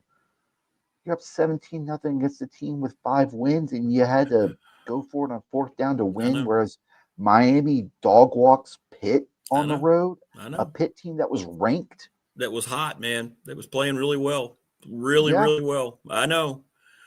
And they rose to a new low over the weekend with the whole Lane Kiffin coverage. That was the most embarrassed. They've done a lot of things to embarrass themselves and kill their brand, but that, to me, their credibility, that was the low point. All those guys on game day who have the same agent pimping for Lane, it's so embarrassing. And then they have no self-awareness.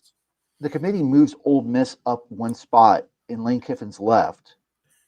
And Lane Kiffin had put out a statement saying, I talked to the committee and told them Charlie Weiss is going to be there as the offensive coordinator. Right. I'm like, what difference does that make? Correct. The committee said in its criteria, if a coach leaves or a player's out, like that's going to determine where we rank them. And you say, oh, Ole Miss is going to be better because Lane Kiffin's gone? And then you go look what they did to Florida State, who didn't lose a game. It's such a joke. It's so tarnished. It really is. Yeah, I don't get it. And the committee didn't do itself any favors last night, and it hadn't done itself any favors it's terrible during these 5 weeks. But last night was just the cherry on top that they need to go back to computers. Yes, the BCS, as much as it was criticized, was much more accurate than any of this crap. Guess what? There's more computer data now than there was back in the BCS day. Right. So, yes, everyone who's been criticizing the AP poll this year, I'm a voter, everyone who's criticized us. Well, guess what? You have that. You have the coaches poll. You have Sagarin. You can factor in ESP Plus. You can factor in all these other things. Yeah. I don't know, man. It's nuts. Hey, by the way, we got to talk a little bit about Bob Chesney. I've since found out a lot more. That athletic director comes on this program every month. So it's been UCLA for him all along. They contacted him the weekend after they fired Deshaun Foster. They've been in conversations, get to know. This is our vision. So on the surface, it looks like why in the world would he go to that just nightmarish situation? It seems on the surface, but this has been going on for a while. This is like a 2-month get to know you session. And finally, he popped for UCLA. It's a mega surprise for a lot of people because that's apparently been his only vision. I know people kind of tied him in other places, but apparently that's not true. It's been about whether he was going to leave JMU to go there, and he's decided to. Are we going to see a similar type of thing? I mean, everybody said, Kurt Cignetti, why in the world would you go to Indiana? And then who had, 3 winning seasons in 50 years before he got there, whatever that number is I saw. Can Bob Chesney go out to Westwood and kind of make him care about football? Because on the surface, it seems like a very questionable thing, that relationship. Because I want him to be in a good spot, and I don't think UCLA is a good spot. You know what? I think it's a good hire. It's a great hire for UCLA. My God. He'll be able to bring in some guys. And I think Virginia Tech just had a flip, thanks to James Franklin. Did they? Who'd they get? I don't know who yet. Got to see what pops up here soon. But it's a good fit. He's a good coach, and he's going to bring some JMU guys with him, just like Cignetti did a few years ago. And then I think one of the guys that they just got might have been a JMU commit. Really? He was a projected tight end there, but I think he's going to be more linebacker here at Virginia Tech. So last name Oates. Okay. Well, good. There you go. Say it's one of the surprises, right? Like you said, we're going to have some flips today, and there's one already. So yeah, and that's one where if Chesney's going to UCLA, and this guy wants to stay close to home, Yeah. Virginia Tech's a good spot for him. But back to Chesney with UCLA, it's a good hire. He's going to do things the right way and get. It's going to be a lot tougher, especially jetting cross country now. Whereas in each move up, he's been in regional leagues. D3, there's not a lot of travel. Same with D2. And then FCS at Holy Cross, that's a more compact league, and the Sun Belt is a very regional league. It's going to be a little different, especially recruiting wise. Like, he has not recruited out in the West Coast before. That's going to be different. But if he feels like it's a good fit for him and they're willing to invest into football with him, that's a good fit. He's a very good coach. He's proven it at multiple levels. Now he gets to try it out, on the West Coast. In the Big Ten. In the Big Ten. If they were still in the Pac-12, I don't think that would have ever materialized. But now they're in the Big Ten. Right? Yeah. Yeah, and he gets to, he'll come home every couple of years to play Penn State. I don't know if he sticks to recruiting that area and tells kids, hey, we'll come back here every few years to play in front of family. We just need you to jet across the country and sign with us. So it'll be interesting to see how that works out. But again, good hire if that's the case. And Pat Kraft is going to be. I saw there's a few Virginia Tech fans that are sending crumble cookies to Pat Kraft this morning as a thank you for James Franklin. And there might be some BYU fans that do the same thing. Since, the CEO of Crumble Cookies is a big BYU booster and actually tweeted it was time for him to get to work when news came out that Sataki was in talks with Penn State. And he probably helped put up a lot of money. So hopefully Penn State people there at the football building like Crumble Cookies. Yeah, Sataki played that well. And you said it right. He was in talks with, never got it. It was misrepresented that he had an offer. They were in talks with. They don't just offer. And you're right. He parlayed that into a lot bigger contract. He had a rough relationship at the time when all that started, but they realized we can't lose that guy. And he may have come to realization too. It's got to be tough to come from a Mormon culture. All of a sudden you're going into a blue blood where you just fired the coach who had you, play away from the playoff 2 years ago or last year. So yeah, and then there was someone who was sarcastically saying this on social media that the Church of the Latter-day Saints can now get a presence in that part of Pennsylvania. That's true. So that's going to be kind of interesting. That would have been interesting, but there's also, when you think about Sataki, if he's 11-1 at Penn State, he's guaranteed a bid into the college football playoff. They were 10-2 last year at this point. Yeah. Weren't even in discussions. 11-1, and they're on the outside looking in. Right. And they're not going to beat Texas Tech, probably. Right? No. They might. They could. And I'm going to put it to you this way: Utah is 10-2, and the teams that lost to have a combined record of 22-2, Texas Tech and BYU. Alabama's at number 9 at 10-2, and the combined records of the teams they lost to is 5-7 Florida State, and Oklahoma's 10-2, so 15-9. There you go. And didn't the ACC have a winning record against the SEC this year? Did I not see that graphic like last week or something? It seems like that popped up on X. Something like that. Is that correct? No, that was last night in the SEC, ACC. No, it was something about football season. They went back and they showed. Maybe I'm wrong. Maybe I'm completely wrong. I saw something. So the ACC went 0-3 against the SEC at Mercedes-Benz Stadium. Correct. Then Louisville beat Kentucky. Right. Okay, yeah. John Patrick Oates is flipped his commitment to Virginia Tech. And that's the JMU kid that you mentioned. That's the JMU kid. They had him projected at tight end. Looks like he's going to be a linebacker here. So that's linebacker number 2 in the class. And he didn't want to go to Westwood. I don't blame him. No. And he's from Pennsylvania, so it helps. He's going to stay closer to home. And I think most of the intel had said if Virginia Tech offered, he was going to come here. So yeah. He's a 3-star kid, 6'3", 223. That's a good size for an inside linebacker. So already off to a good start. Don't know if he is signed yet, but we'll just have to see what Virginia Tech puts out there. And then they release stuff still that once they're actually signed. So you'll see that come across that ticker. The first one in is offensive lineman Marlon Bright. He just signed. He was one of the flips, right? He was one of the flips from Penn State. He's a kid who is a 4-star, at least by one of them, from Pennsylvania. So good start for the Hokies. I'll probably get that up and running here soon with live updates, and going to be a busy day. Yep. Yeah, you guys, you just gonna be sitting in there with Andy all day, and y'all just gonna be looking. No, they're going to have us in there around 8:20 to go in there and actually watch. Oh, that's awesome. That's awesome. Okay, I can't pick between Fat Rat or Purgatory. Oh, the good name, Ryan Pryor. And then you also have Messiah in there.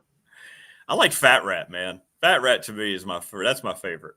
So 6'1", 200, and the kid can ball. I love Fat Rat.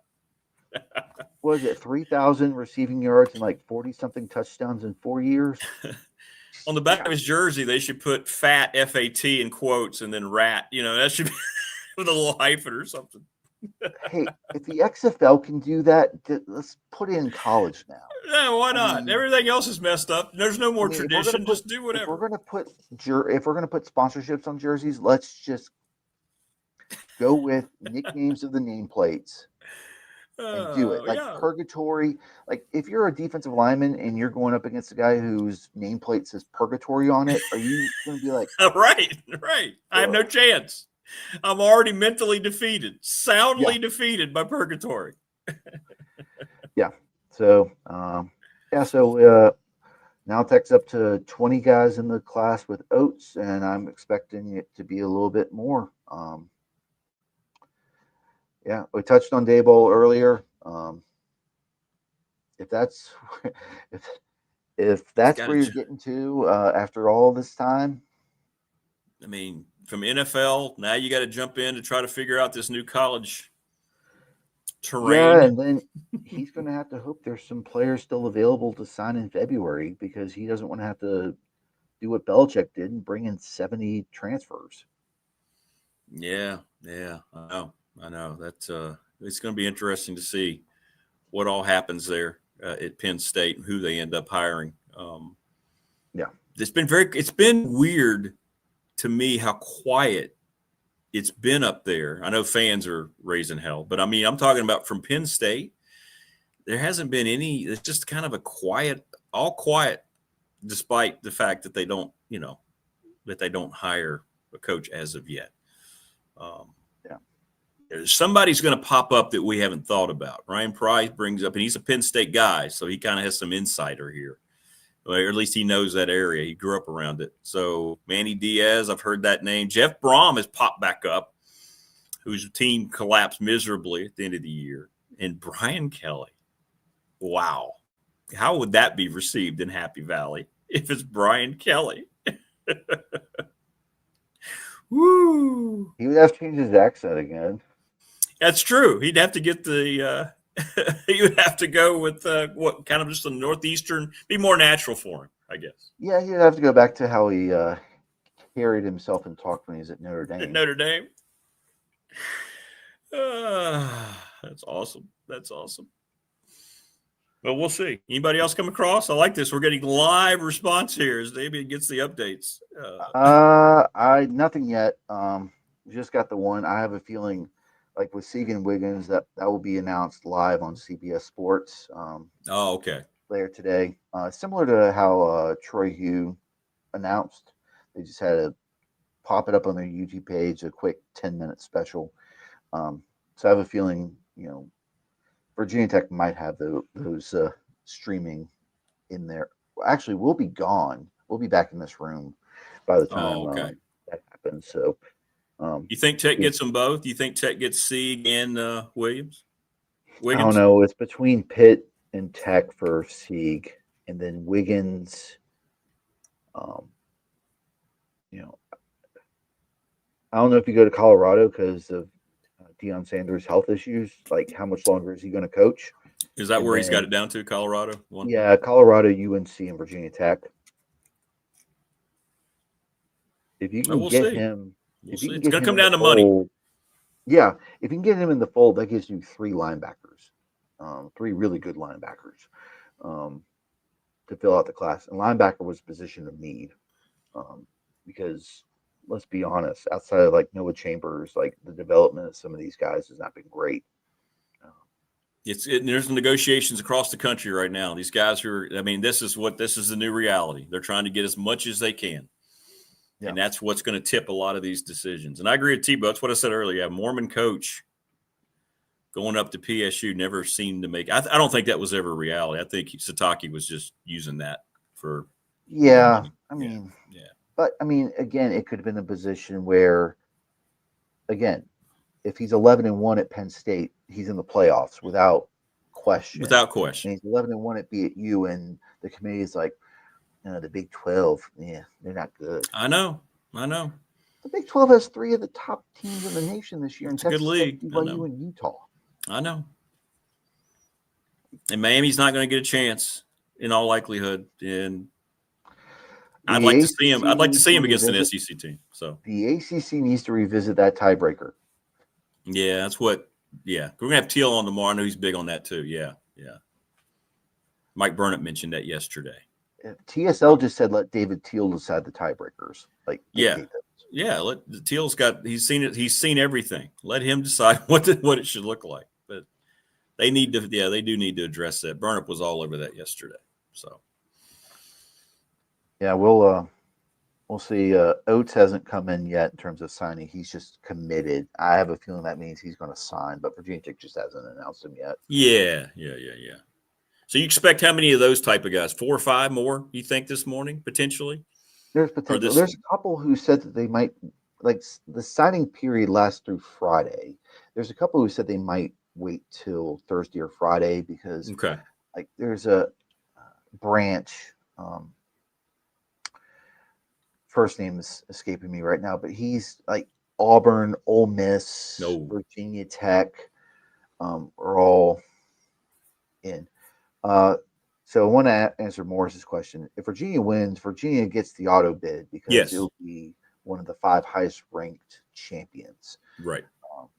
And so if you watched the broadcast last night, they had placeholders for the number 4 and number 5 champion. So right now, if UVA wins, they would probably slot in at 11, and that's a road game at Ole Miss, which anyone going down there, I had a great time in Ole Miss, but you would probably have to stay in like Olive Branch, Mississippi, or somewhere else because you can't find any hotels in Oxford. No. And I flew into Memphis, so you just fly into Memphis and. It's a quick drive down to Oxford. So, but yeah, right now Miami does not seem like it's going to get in. The committee has done Miami wrong. It's done BYU wrong. It's Notre Dame might be on the outside looking in when all's said and done here as well. So, you think they'd leave Notre Dame out? Wow, that would be ballsy. As much as I know they're married to the SEC. Yes, that will happen. BYU would be the auto bid, and they're not going to drop. If they won, yeah. If BYU won, yeah. If BYU beats Texas Tech, Notre Dame's not getting in. And then if Alabama gets boat raced by Georgia, they're probably not going to put Alabama in. They'll probably go with 3 SEC teams in Georgia, Texas A&M, and Ole Miss. 3 Big Ten teams. And then, Vandy's not getting in. Texas is not getting in. No. Even though Texas has a head-to-head win over Oklahoma. And I forgot Oklahoma is currently in. That's right. How about the Vandy flip yesterday, getting the number 1 player in the nation from Georgia? Talk about money. I want to see what that final contract looks like. Well, Clark Lee needed to make a splash because the only reason he got a pay raise because he's had 2 years with Diego Pavia. No, I know. He had to find the next Pavia, or what he Before hopes is going to be the Pavia next type of arrived, game. he was probably considered out the door.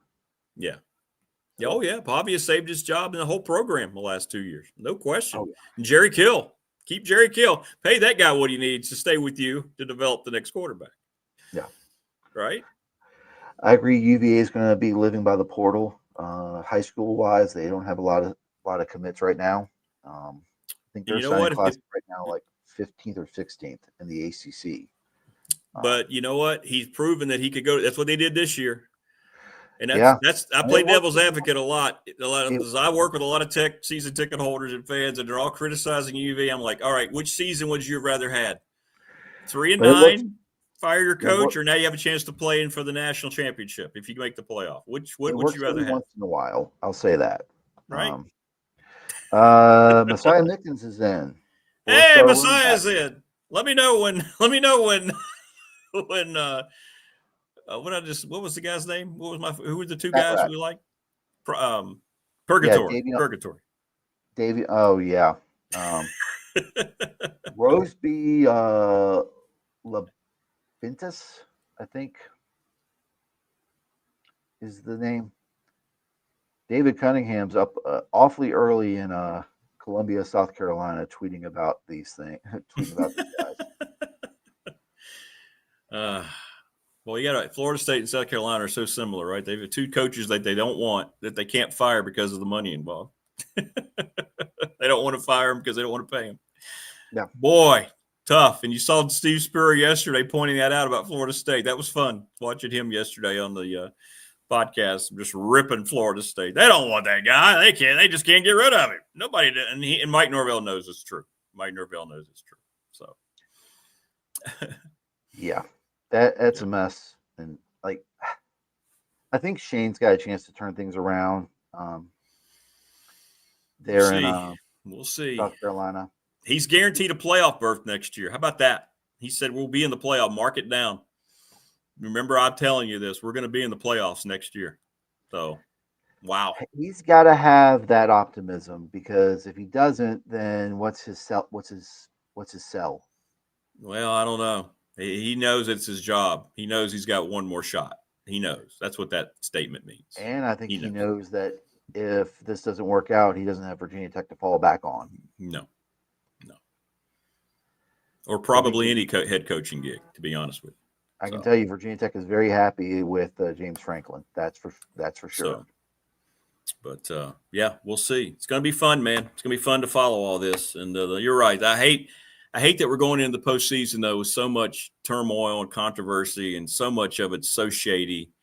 And I was so excited when they expanded the playoff, and now to know what's going on behind it, it's just ridiculous, man. It's just taken so much out of it for a lot of fans, I know. I'll say this: if Notre Dame and Alabama get left out, they're going to expand it. Yeah, it'll go to 16. That'll be next. I don't know. Can you go to 16, or do you go to what the FCS has and go straight to 28? Go to 28. Just make the whole thing, make it just a whole big. They can make a lot more money, more rounds, more money. Yeah, and then well, here's the other thing: you'd have to get rid of conference championship games. Yes, which is fine with me. They don't mean much anyway. So. Well, I mean, they're already talking about how. What is it? They're talking about how data points and everything, and how they're not going to have this team hurt because of a data point that another team can't get. Well, if you don't have a conference championship game, you don't have that data point to dangle out there. So again, it'll be interesting to see. I think this is why they extended the deadline for what the CFP is going to look like beginning next year. So I think this is why they wanted to see if Alabama and Notre Dame aren't in. They're probably going to do it to where Alabama and Notre Dame will get in one way or the other. Yeah. They're thinking about ratings, brands, recognition. They're thinking about all these things. And I get it. But this is why the NFL postseason's better, because whoever your record gets you in. Nobody's looking at quality wins. Nobody's looking at whatever your record says you are is why you're in the playoffs. And that's what college football should be. But there's just too many conflicting interests involved. It's utterly ridiculous. It really is. Yeah. And they need to find a way to get these leagues smaller so that way you can actually have,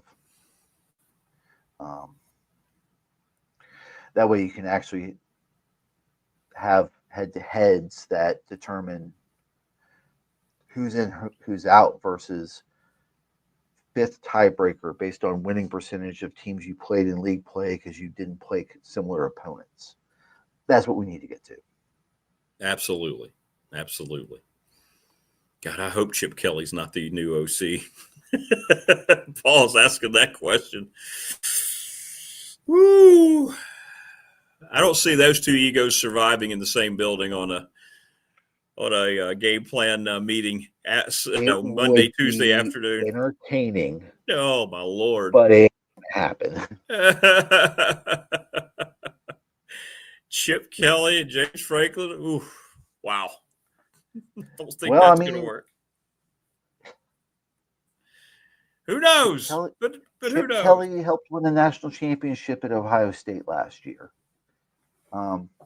Though there's enough West Coast jobs open that he could stay out that way. Especially if Ron Rivera gives him a call. Yeah, West Coast seems like that's his destination. I agree. Yeah. Yep, Tebow. Yep, Mickens. Yeah, you had that already. DS. He's in, and all those guys who committed flipped are going to sign. It's just a matter of when they come across today. Yeah. So. If they've committed to James Franklin, they're signing. Yeah, they're signing. Yeah. Isaiah Pena is the one who has said he's not going to sign. Yeah, until later, maybe. He wants to get to know the staff. He put on a post yesterday that he's still committed to Virginia Tech. So it'll be interesting to see if he keeps it or if he looks elsewhere. But if Virginia Tech's already got a 4-star tight end. So if Pena falls through, I mean, it's not like Virginia Tech's hurting at tight ends. I mean, you're bringing back everyone: Gosnell, St. Germain, Hairston, Wimbish, and then you're adding Peterson. So I think you're in a good place for Virginia Tech from a tight end perspective. And we're going to see so much craziness all across the country today. Just know that it's about money, dollars, late offers, folks. Everybody's going to be pimping the SEC. Oh my goodness. They're all going to be saying, look at the draw of the SEC. Yeah, because they have the most money to spend. Of course, they're going to pull recruits from other places and so forth. The programs that have the biggest budgets are going to recruit very well today. That's the way it works. The NIL budget. Come on. Ooh. A 3-star wide receiver flipped his commitment from UVA to Maryland. Who was that? That would be Josiah Teasley. Never heard of him, but okay. Well, that's someone that UVA is losing. And, somebody they're losing. Yeah. I wonder how much that goes on too. We talk about how guys who are going to enter the portal after this week, are going to be told in a lot of cases that you need to go ahead and enter the portal. I wonder how many times coaches look at their class and start saying, okay, we have this plan. I wonder how much that happens with high school recruits too. Probably more now than ever before. But we'll see. Because we just don't know.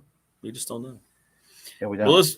Yeah, I know you got to get ready to go in the room, man. It's been fun watching you look for guys coming across the thing. It's good stuff. And people are throwing questions at you. This is great. On the web, I just posted an update on the website with the first 2 guys who come in. So this is great. I'll be busy. I've already got stuff pre-written for most all these guys, so it's just waiting on them. Well, thanks for answering questions too from the peeps. That's fun, man. That's been fun. Yeah, absolutely. Fun. Right now I'm the lone guy in this room, and I won't be the lone guy in this room for much longer. So where's Bitter? Is he like a late arrival guy? Is that what he is? He's just going to show up he's usually been here early, but I think Tech Sideline with its slew of interns has guys like doing all that, so he might be able to sleep in, get The some time slew of with interns. family, take his daughter to the bus stop, get her off to school, and then Exactly. head And then come over. in. Yeah. Whereas I got in early. Yeah, you're ready to rock and roll, man. I hope you have first access because you're there. Let the early guy take all the flowers. Yeah, I'm with you. No, don't worry. I'll be up there here in a few minutes, getting ready to go in there and because we got to go up to the Merriman Center lobby and meet up with some folks here soon. So all right. Well, great stuff, brother. Absolutely.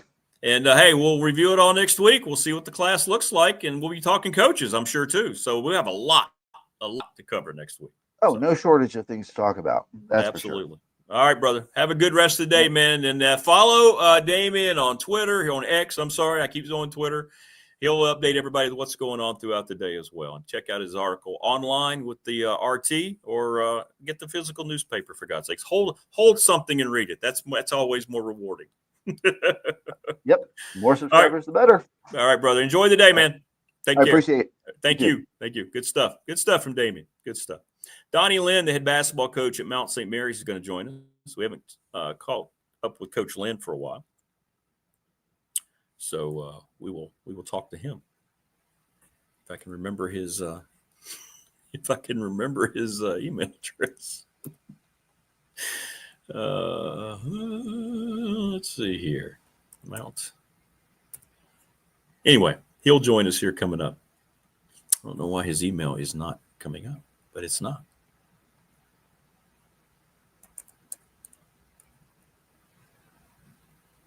Okay, I'm going to have to ask him what his email is.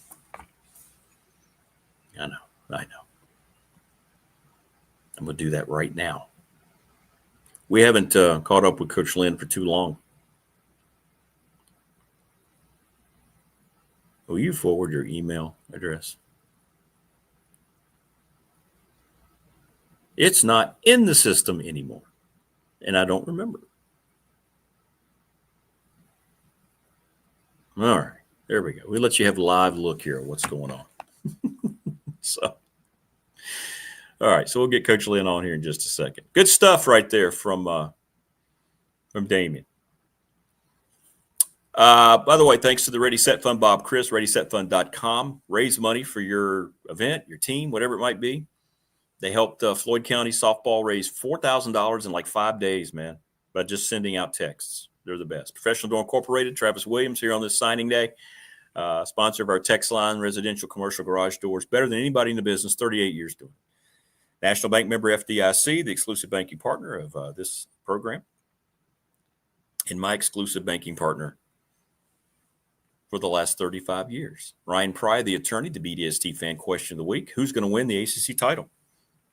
Duke or Virginia? 701 West Main Street in Radford. He specializes in trust and estate planning. Little River Heating and Air.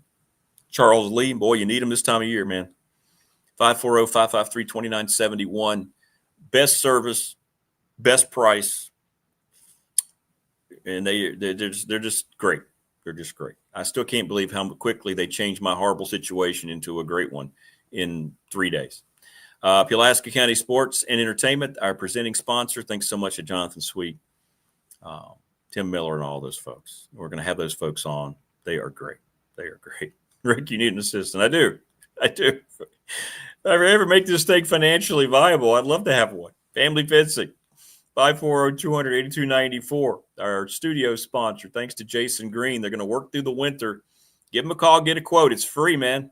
Come talk to him. Once you talk to Jason, you're going to want to hire him because he's just a great dude. And he's involved in the community. He's a high school football official. He does volleyball officiating. So you're getting a guy who's committed to the community. That whole company is committed to the community. Mark Huntley, McClellan Chiropractic, speaking of being committed to the community, right off of Pepper's Ferry Road. Had many people say they're going to go over and talk to Mark. Go get popped back into a positive existence, shall you? Yeah, I was working the mouse. Yeah, we're having some trouble there with the mouse.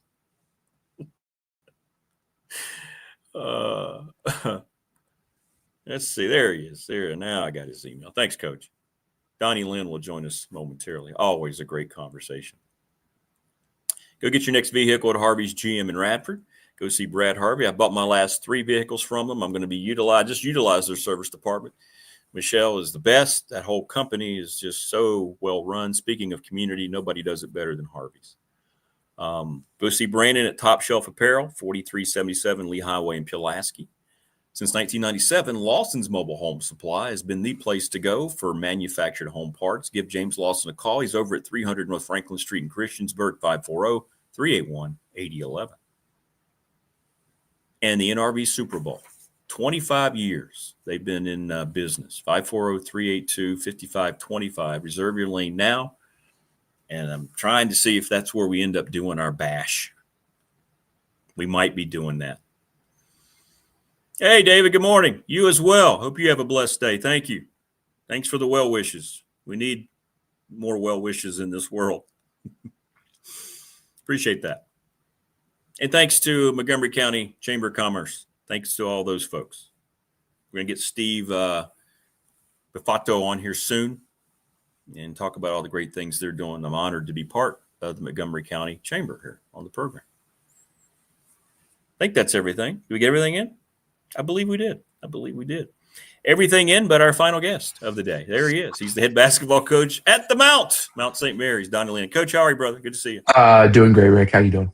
Hey, we're hanging in there, man. Hey, we're in December now, right? And this is final non-con tune-ups for all basketball teams across the country, right? Getting through November into December. It's always a big time. It's basketball season, right? That's what we call it now? Or is it still football? Yeah, it is. It's basketball season. Certainly, I'm not going to say it. No, we're doing great. We're doing great. We the MAC is interesting. We play our first 2 conference games. We play conference games today and Friday. So that's right. None of us are ready. But I guess it's fair since none of us are ready.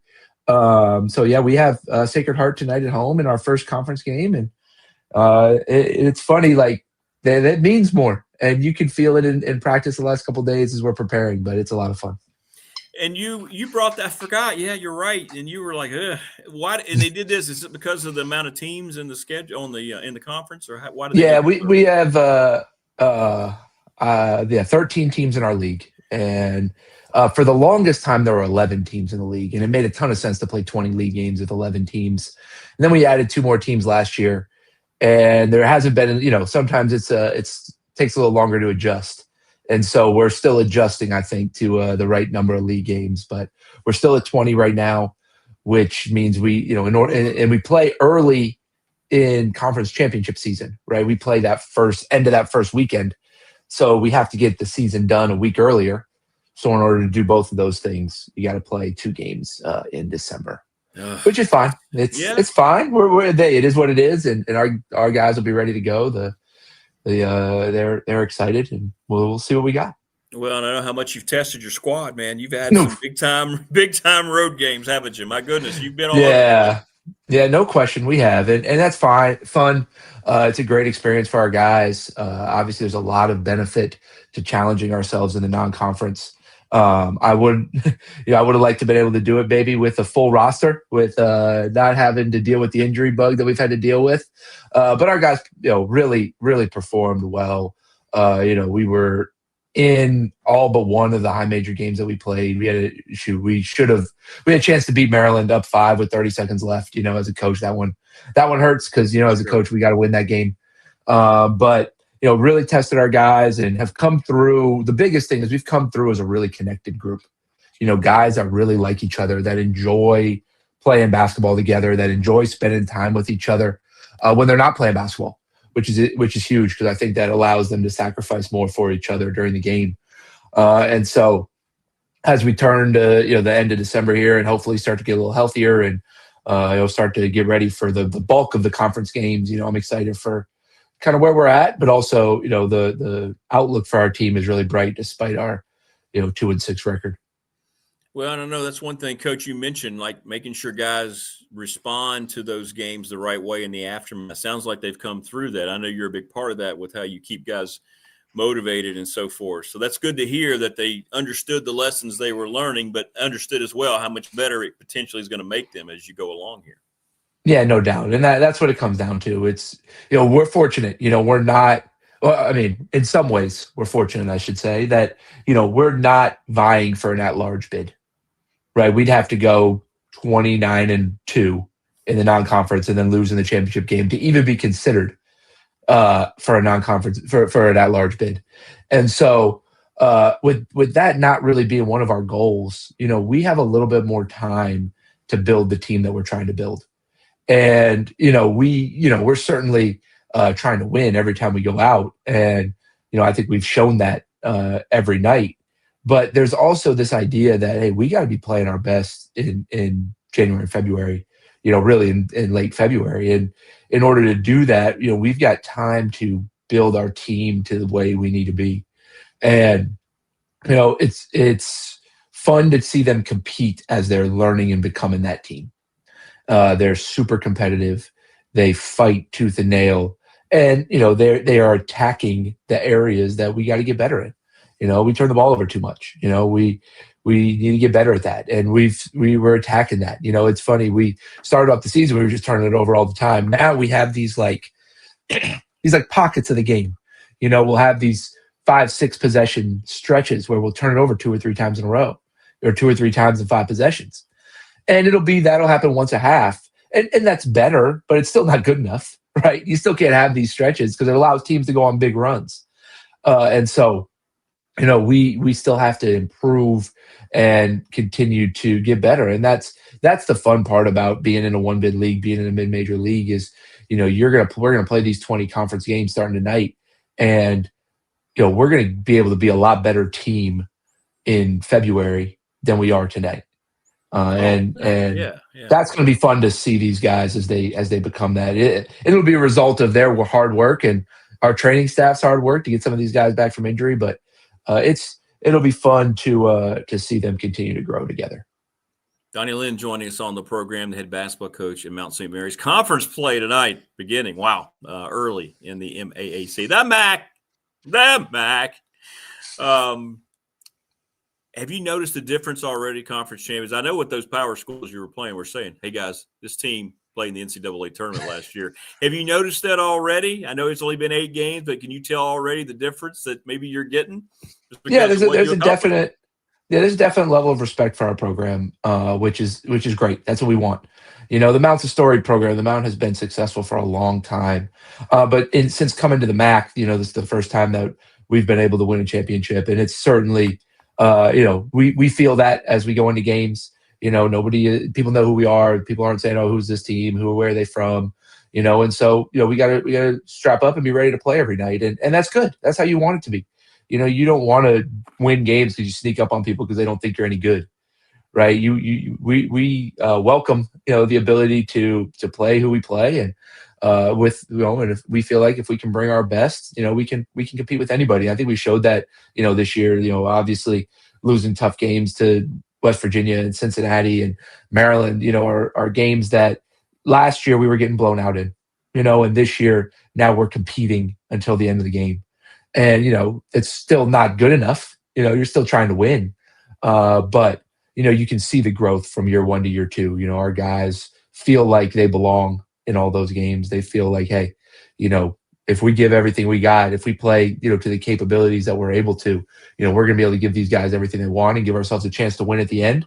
And that's what we're hoping for. We're hoping every night that, we play good enough and we play well enough and we play together enough that, we give ourselves a chance to win at the end. And as we go into league play and finish up our non-conference after this little 2-game swing here, we can continue to figure out what it takes to be competitive every night.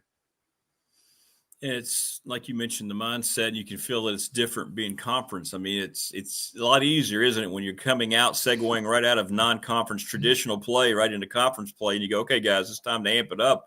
Your guys having to amp it up early all across that league. Is this the only league that's like that, or are there a few leagues, mid-major leagues, that are doing that? I'm not 100% sure. Like, I know the Big Ten plays a couple early league games, but I don't know if they go right into they continue it after the holidays. I'm not 100% sure, but it's definitely unique, and it's a cool showcase for our league. We're the only team us and Sacred Heart are the only teams playing tonight.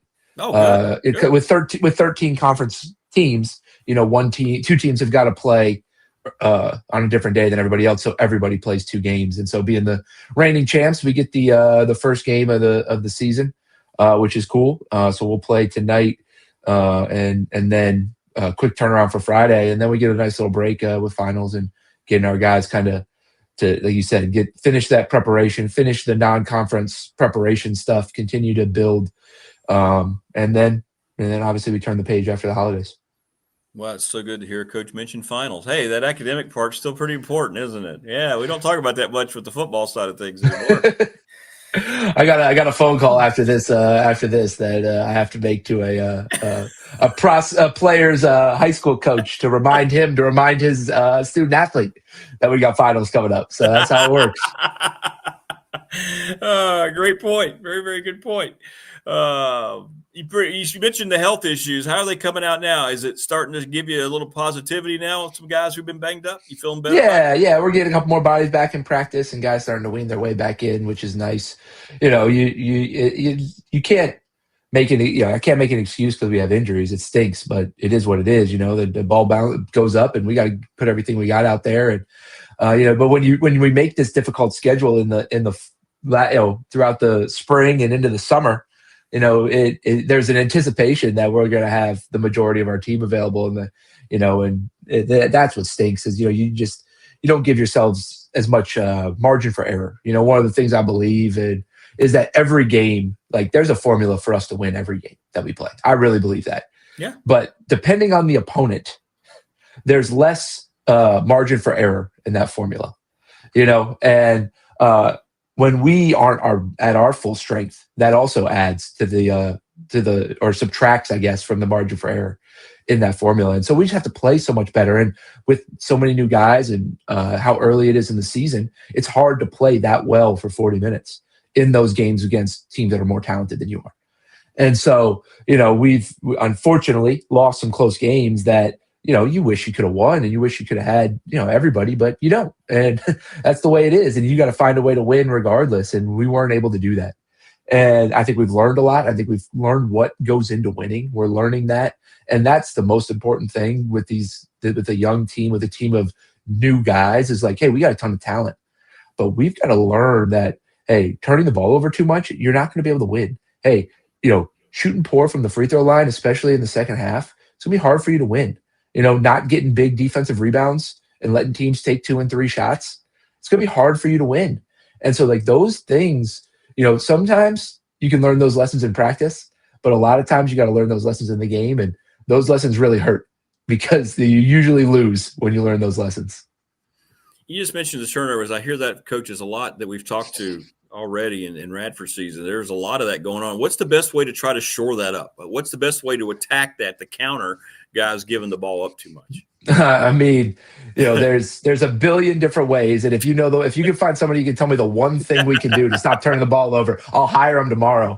But it's, so we've kind of broken it into a couple things. So first of all, we were spending 5 minutes every day in a segment that I've politely titled in practice, "Stop Turning the blank ball over," where we spend 5 minutes working on simple ball handling, passing, simple fundamental things to remind the guys every day that, hey, some of this you control, right? Some of this we control with, hey, let's not dribble the ball off our foot. Hey, let's complete this pass, step and pass, and do the fundamental things. And so we're spending 4 or 5 minutes every day on the basic fundamentals, dribbling, passing, with some defense, with coaches and managers and people trying to get steals to try to help shore some of that stuff up. And then we've adapted some of our drills to really penalize you for turning the ball over. So, for example, if you turn it a live ball turnover, the other team gets 3 points. Plus, now they get to go play offense on the other end. So theoretically, you're looking at a 6-point possession here if you on a live ball turnover for the other team. And so, and then when you lose, you run, and then nobody wants to run at the end of the drill. So right. You got competitive guys. So you make it way harder for a team to win when they turn the ball over. So some things like that. There's some creative things that we try to do just to make them notice. Like we've had days where every time we turn it over, we pop a balloon in the gym. So it sounds like a gunshot goes off. And so everybody understands, oh, this is not a good thing. And then when we run Then when we run out of balloons, we can just get on the line and we can just run for the rest of practice because we don't got any balloons left. Thankfully, we haven't gotten there yet this year, but there's some ways we can just emphasize to the guys that, hey, this is unacceptable. You're going to turn the ball over, right? You're not going to play the game and have 0 turnovers. Sure. But if we can be at or around our goal of 10 or 11 turnovers a game, and if we can have less than that, we're going to give ourselves a much better chance to be successful. Than I think we're averaging 15 right now, and you can imagine 5 more possessions, we're scoring over a point per possession. That's 5-6 more points. You win a couple more games with 5 or 6 more points. Yeah, so, sure. That's what a lot of games come down to, right? A lot of games, especially as you get into conference play, games come down to 6 to 8 points. Most conference games. How are we going to make ourselves 6 to 8 points better? It's 1 possession a half. Right? Maybe 3 possessions over the course of the game. Can we be a little bit better during those 2 or 3 possessions where we get a shot as opposed to not getting a shot, or where we get a rebound as opposed to giving them a second shot? And those are the details that matter when you get into, the second half of your season, which is, for us mid-majors, the most important time of the year. Wayne's asking we're talking about the turnover problem. What's been a strength of this year's team so far, or any kind of maybe surprises that you've seen from the score? Yeah, with how we've had to play a little bit slower in the half court just because we haven't had the depth to really get out and run. And I've really been impressed with our ability to get the ball inside. We've got 3 forwards that have been consistent scorers. Luke McKeldin is a kid from Northern Virginia who transferred from Santa Clara, who's had some monster games for us. Justin Amati, he had 21 and 10 against Bryce Harris, who, if mid-major basketball, is one of the best mid-major players in the country. He's averaging 24 a game, and shut him down and averaged and had 21 and 10. And then Trey DeVoe was rolling for us, was our leading scorer, got banged up against Western Michigan, and he's out working his way back. But those guys have been great. Our ability to have an interior presence, have a 3-headed monster of sorts that we can play at the 4 and the 5 that are all unique, that all play very different, but all are really effective, have been awesome. And then, in the backcourt, Xavier Lipscomb has been kind of like the quiet leader, right? He was at Radford for 2 years. The X-Man. We had him, and he's been like the leader, the glue guy, the lock, whatever you want to call him. But he's been a starting point guard here for the last 2 years, and his ability, he's really worked, decided to come back for his last year. He had a redshirt year when he hurt his foot, and decided to come back and really work to become a better offensive player, not just a facilitator. And his ability to shoot the ball, his ability to finish around the basket, has given us another dimension where, we have some really good pieces that can score the ball. It's going to be exciting as we get into, these games against, to finish up our non-conference and then our conference games, like what these guys are going to be able to do, because we've got a potent offensive team, and we're growing defensively with all these new guys. We're getting better. It's hard to judge some of these games. It really is. It's hard to judge how good we are defensively when you're playing teams that are drastically more talented than you. But when you look at the games against the teams that are more our level, that are similar to MAC games, I think we're going to be able to really sit down and guard people and limit them to one shot. Got to force a couple more turnovers. We're getting crushed in turnover margin right now. We're turning over too much, and we're not getting enough. So we got to look at that. I appreciate Wayne, because it's easy for us as coaches to look at all the things we got to fix. I got to remember, we're doing some things really well right now, and got to emphasize those today as we go into the game. We got to press our advantages. But you still got to stop turning over the blankety blank ball. No question. What's been great, too, before we let Coach go, appreciate him joining us on Conference Game Day, by the way, is I'm getting bacon updates whenever they go across the country. I mean, overall grade so far seems to be pretty strong, right? Pretty strong. Yeah, we've had some good ones. We'll see as we go up to Poughkeepsie, New York this weekend. I don't think of Poughkeepsie, New York as bacon country. No, not at all. No. But we'll see what they can do when we get up there on Friday morning. But it's been fun. We've got a great group. We've got a good. I love our staff and our players, the group that we're building, and they're a lot of fun to be around. And that makes these things like going on the road and seeing, how the bacon is and messing with the guys with stuff like that. It's so much fun to be with this group. They're they're a good group. I think they're going to really thrive here as we get into this kind of.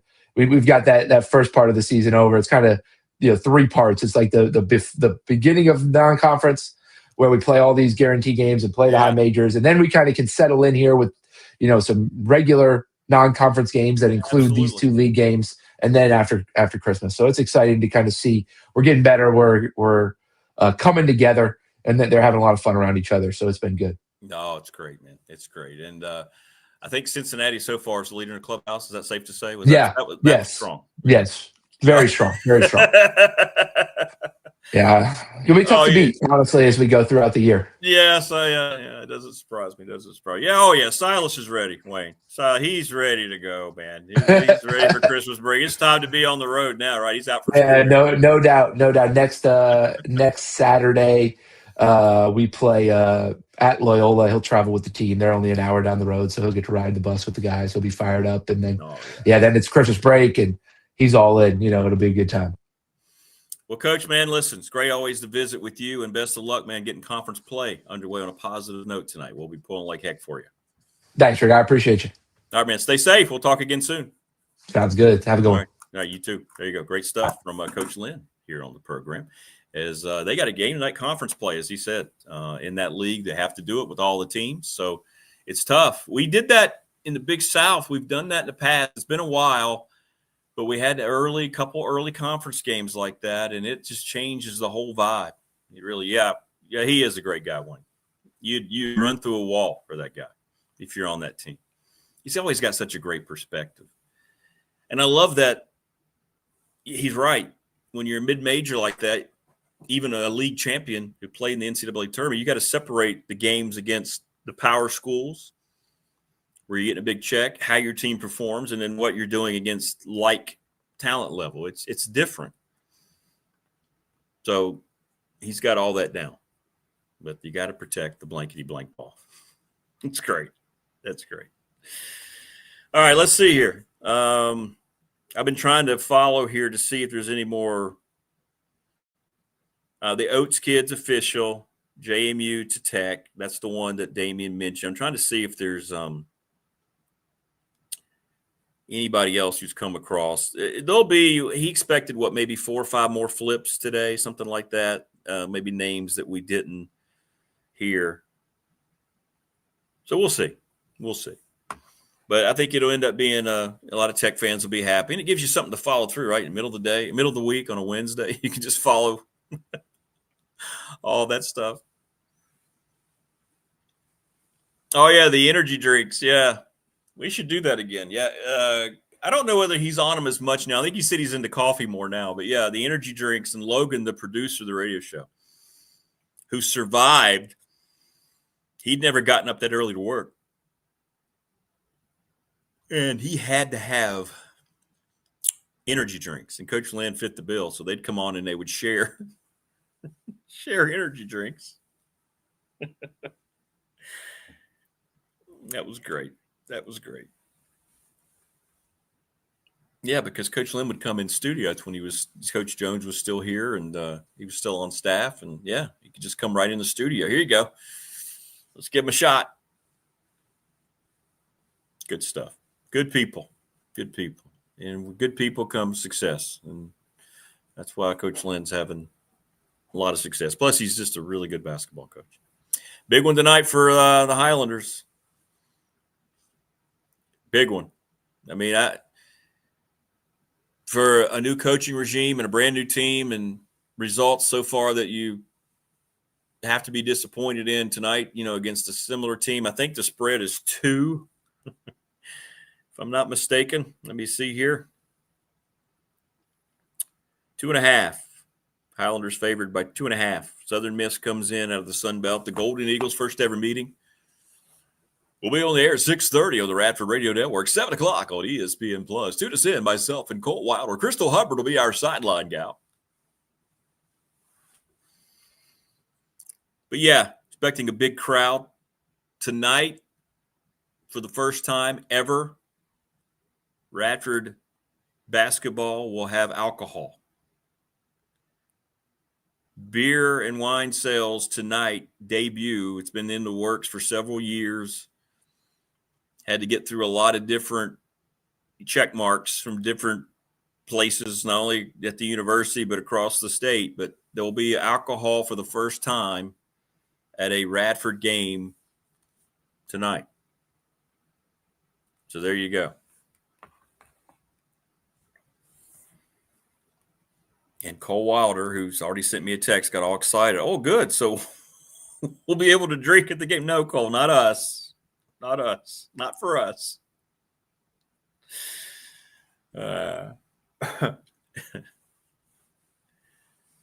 that's kind of big. I know it's been going on other places. Wayne, how long has Tech had that at their basketball game? Like, how long is – I don't know the answer. That's why I'm asking. Like, how long has alcohol been at basketball and football? I'm guessing they came in at the same time.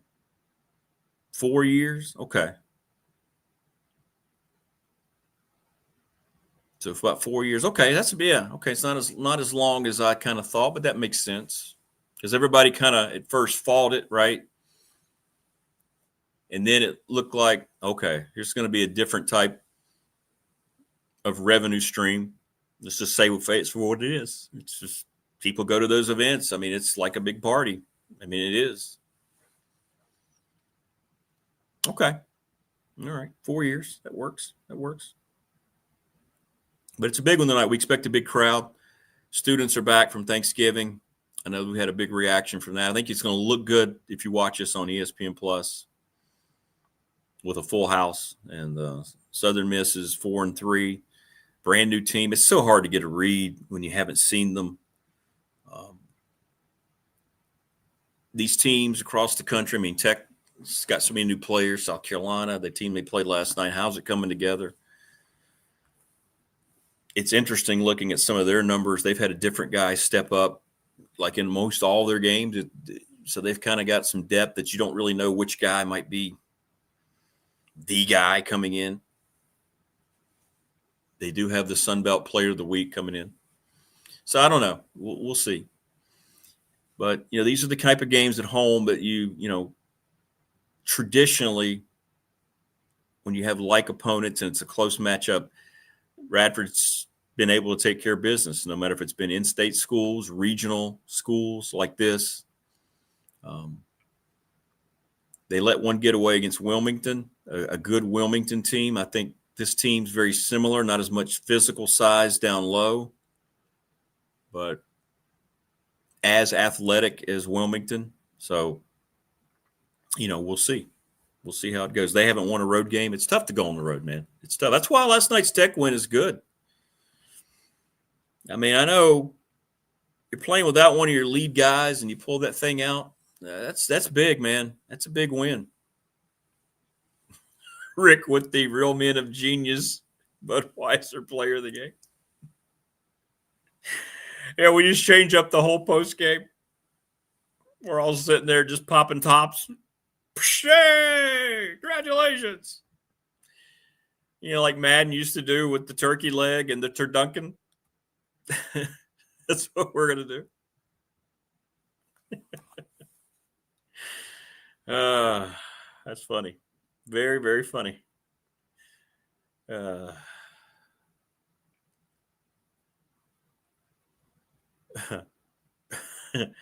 David Teal tomorrow on the program. I think Andy's good to join us. Yeah, I don't play that enough, do I? You're right. Budweiser Player of the Game. Oh my. Oh, no. Oh, no. That was out of nowhere. Hey, I got to get the old no guy more involved in the show. My bad. I apologize to everybody. I just kind of let that go, haven't I? Just kind of let that go. But I believe tomorrow we're going to have you covered. We'll have post-signing day reactions. Andy Bitter, Dwight, and David Teal. And we'll get his take on all this stuff. And I want to talk to David, too, about the ACC championship game. There is a football game. There is a football game on Saturday.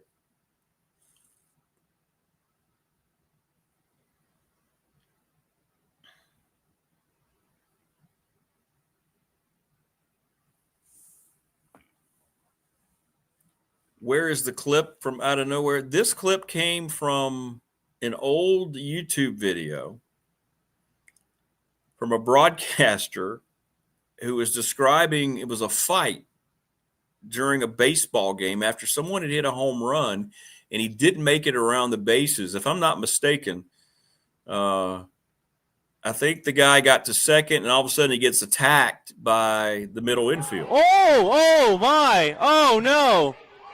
Oh, no. That was out of nowhere. Oh my. Oh, no. Yeah. And we used to play it. It fits in any capacity of life that you want to play it. It fits. Oh, man. My shoelace just broke as I was walking to my car. Oh, no.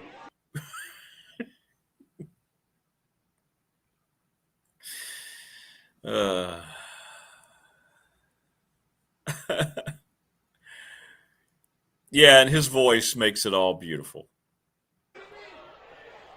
That was out of nowhere.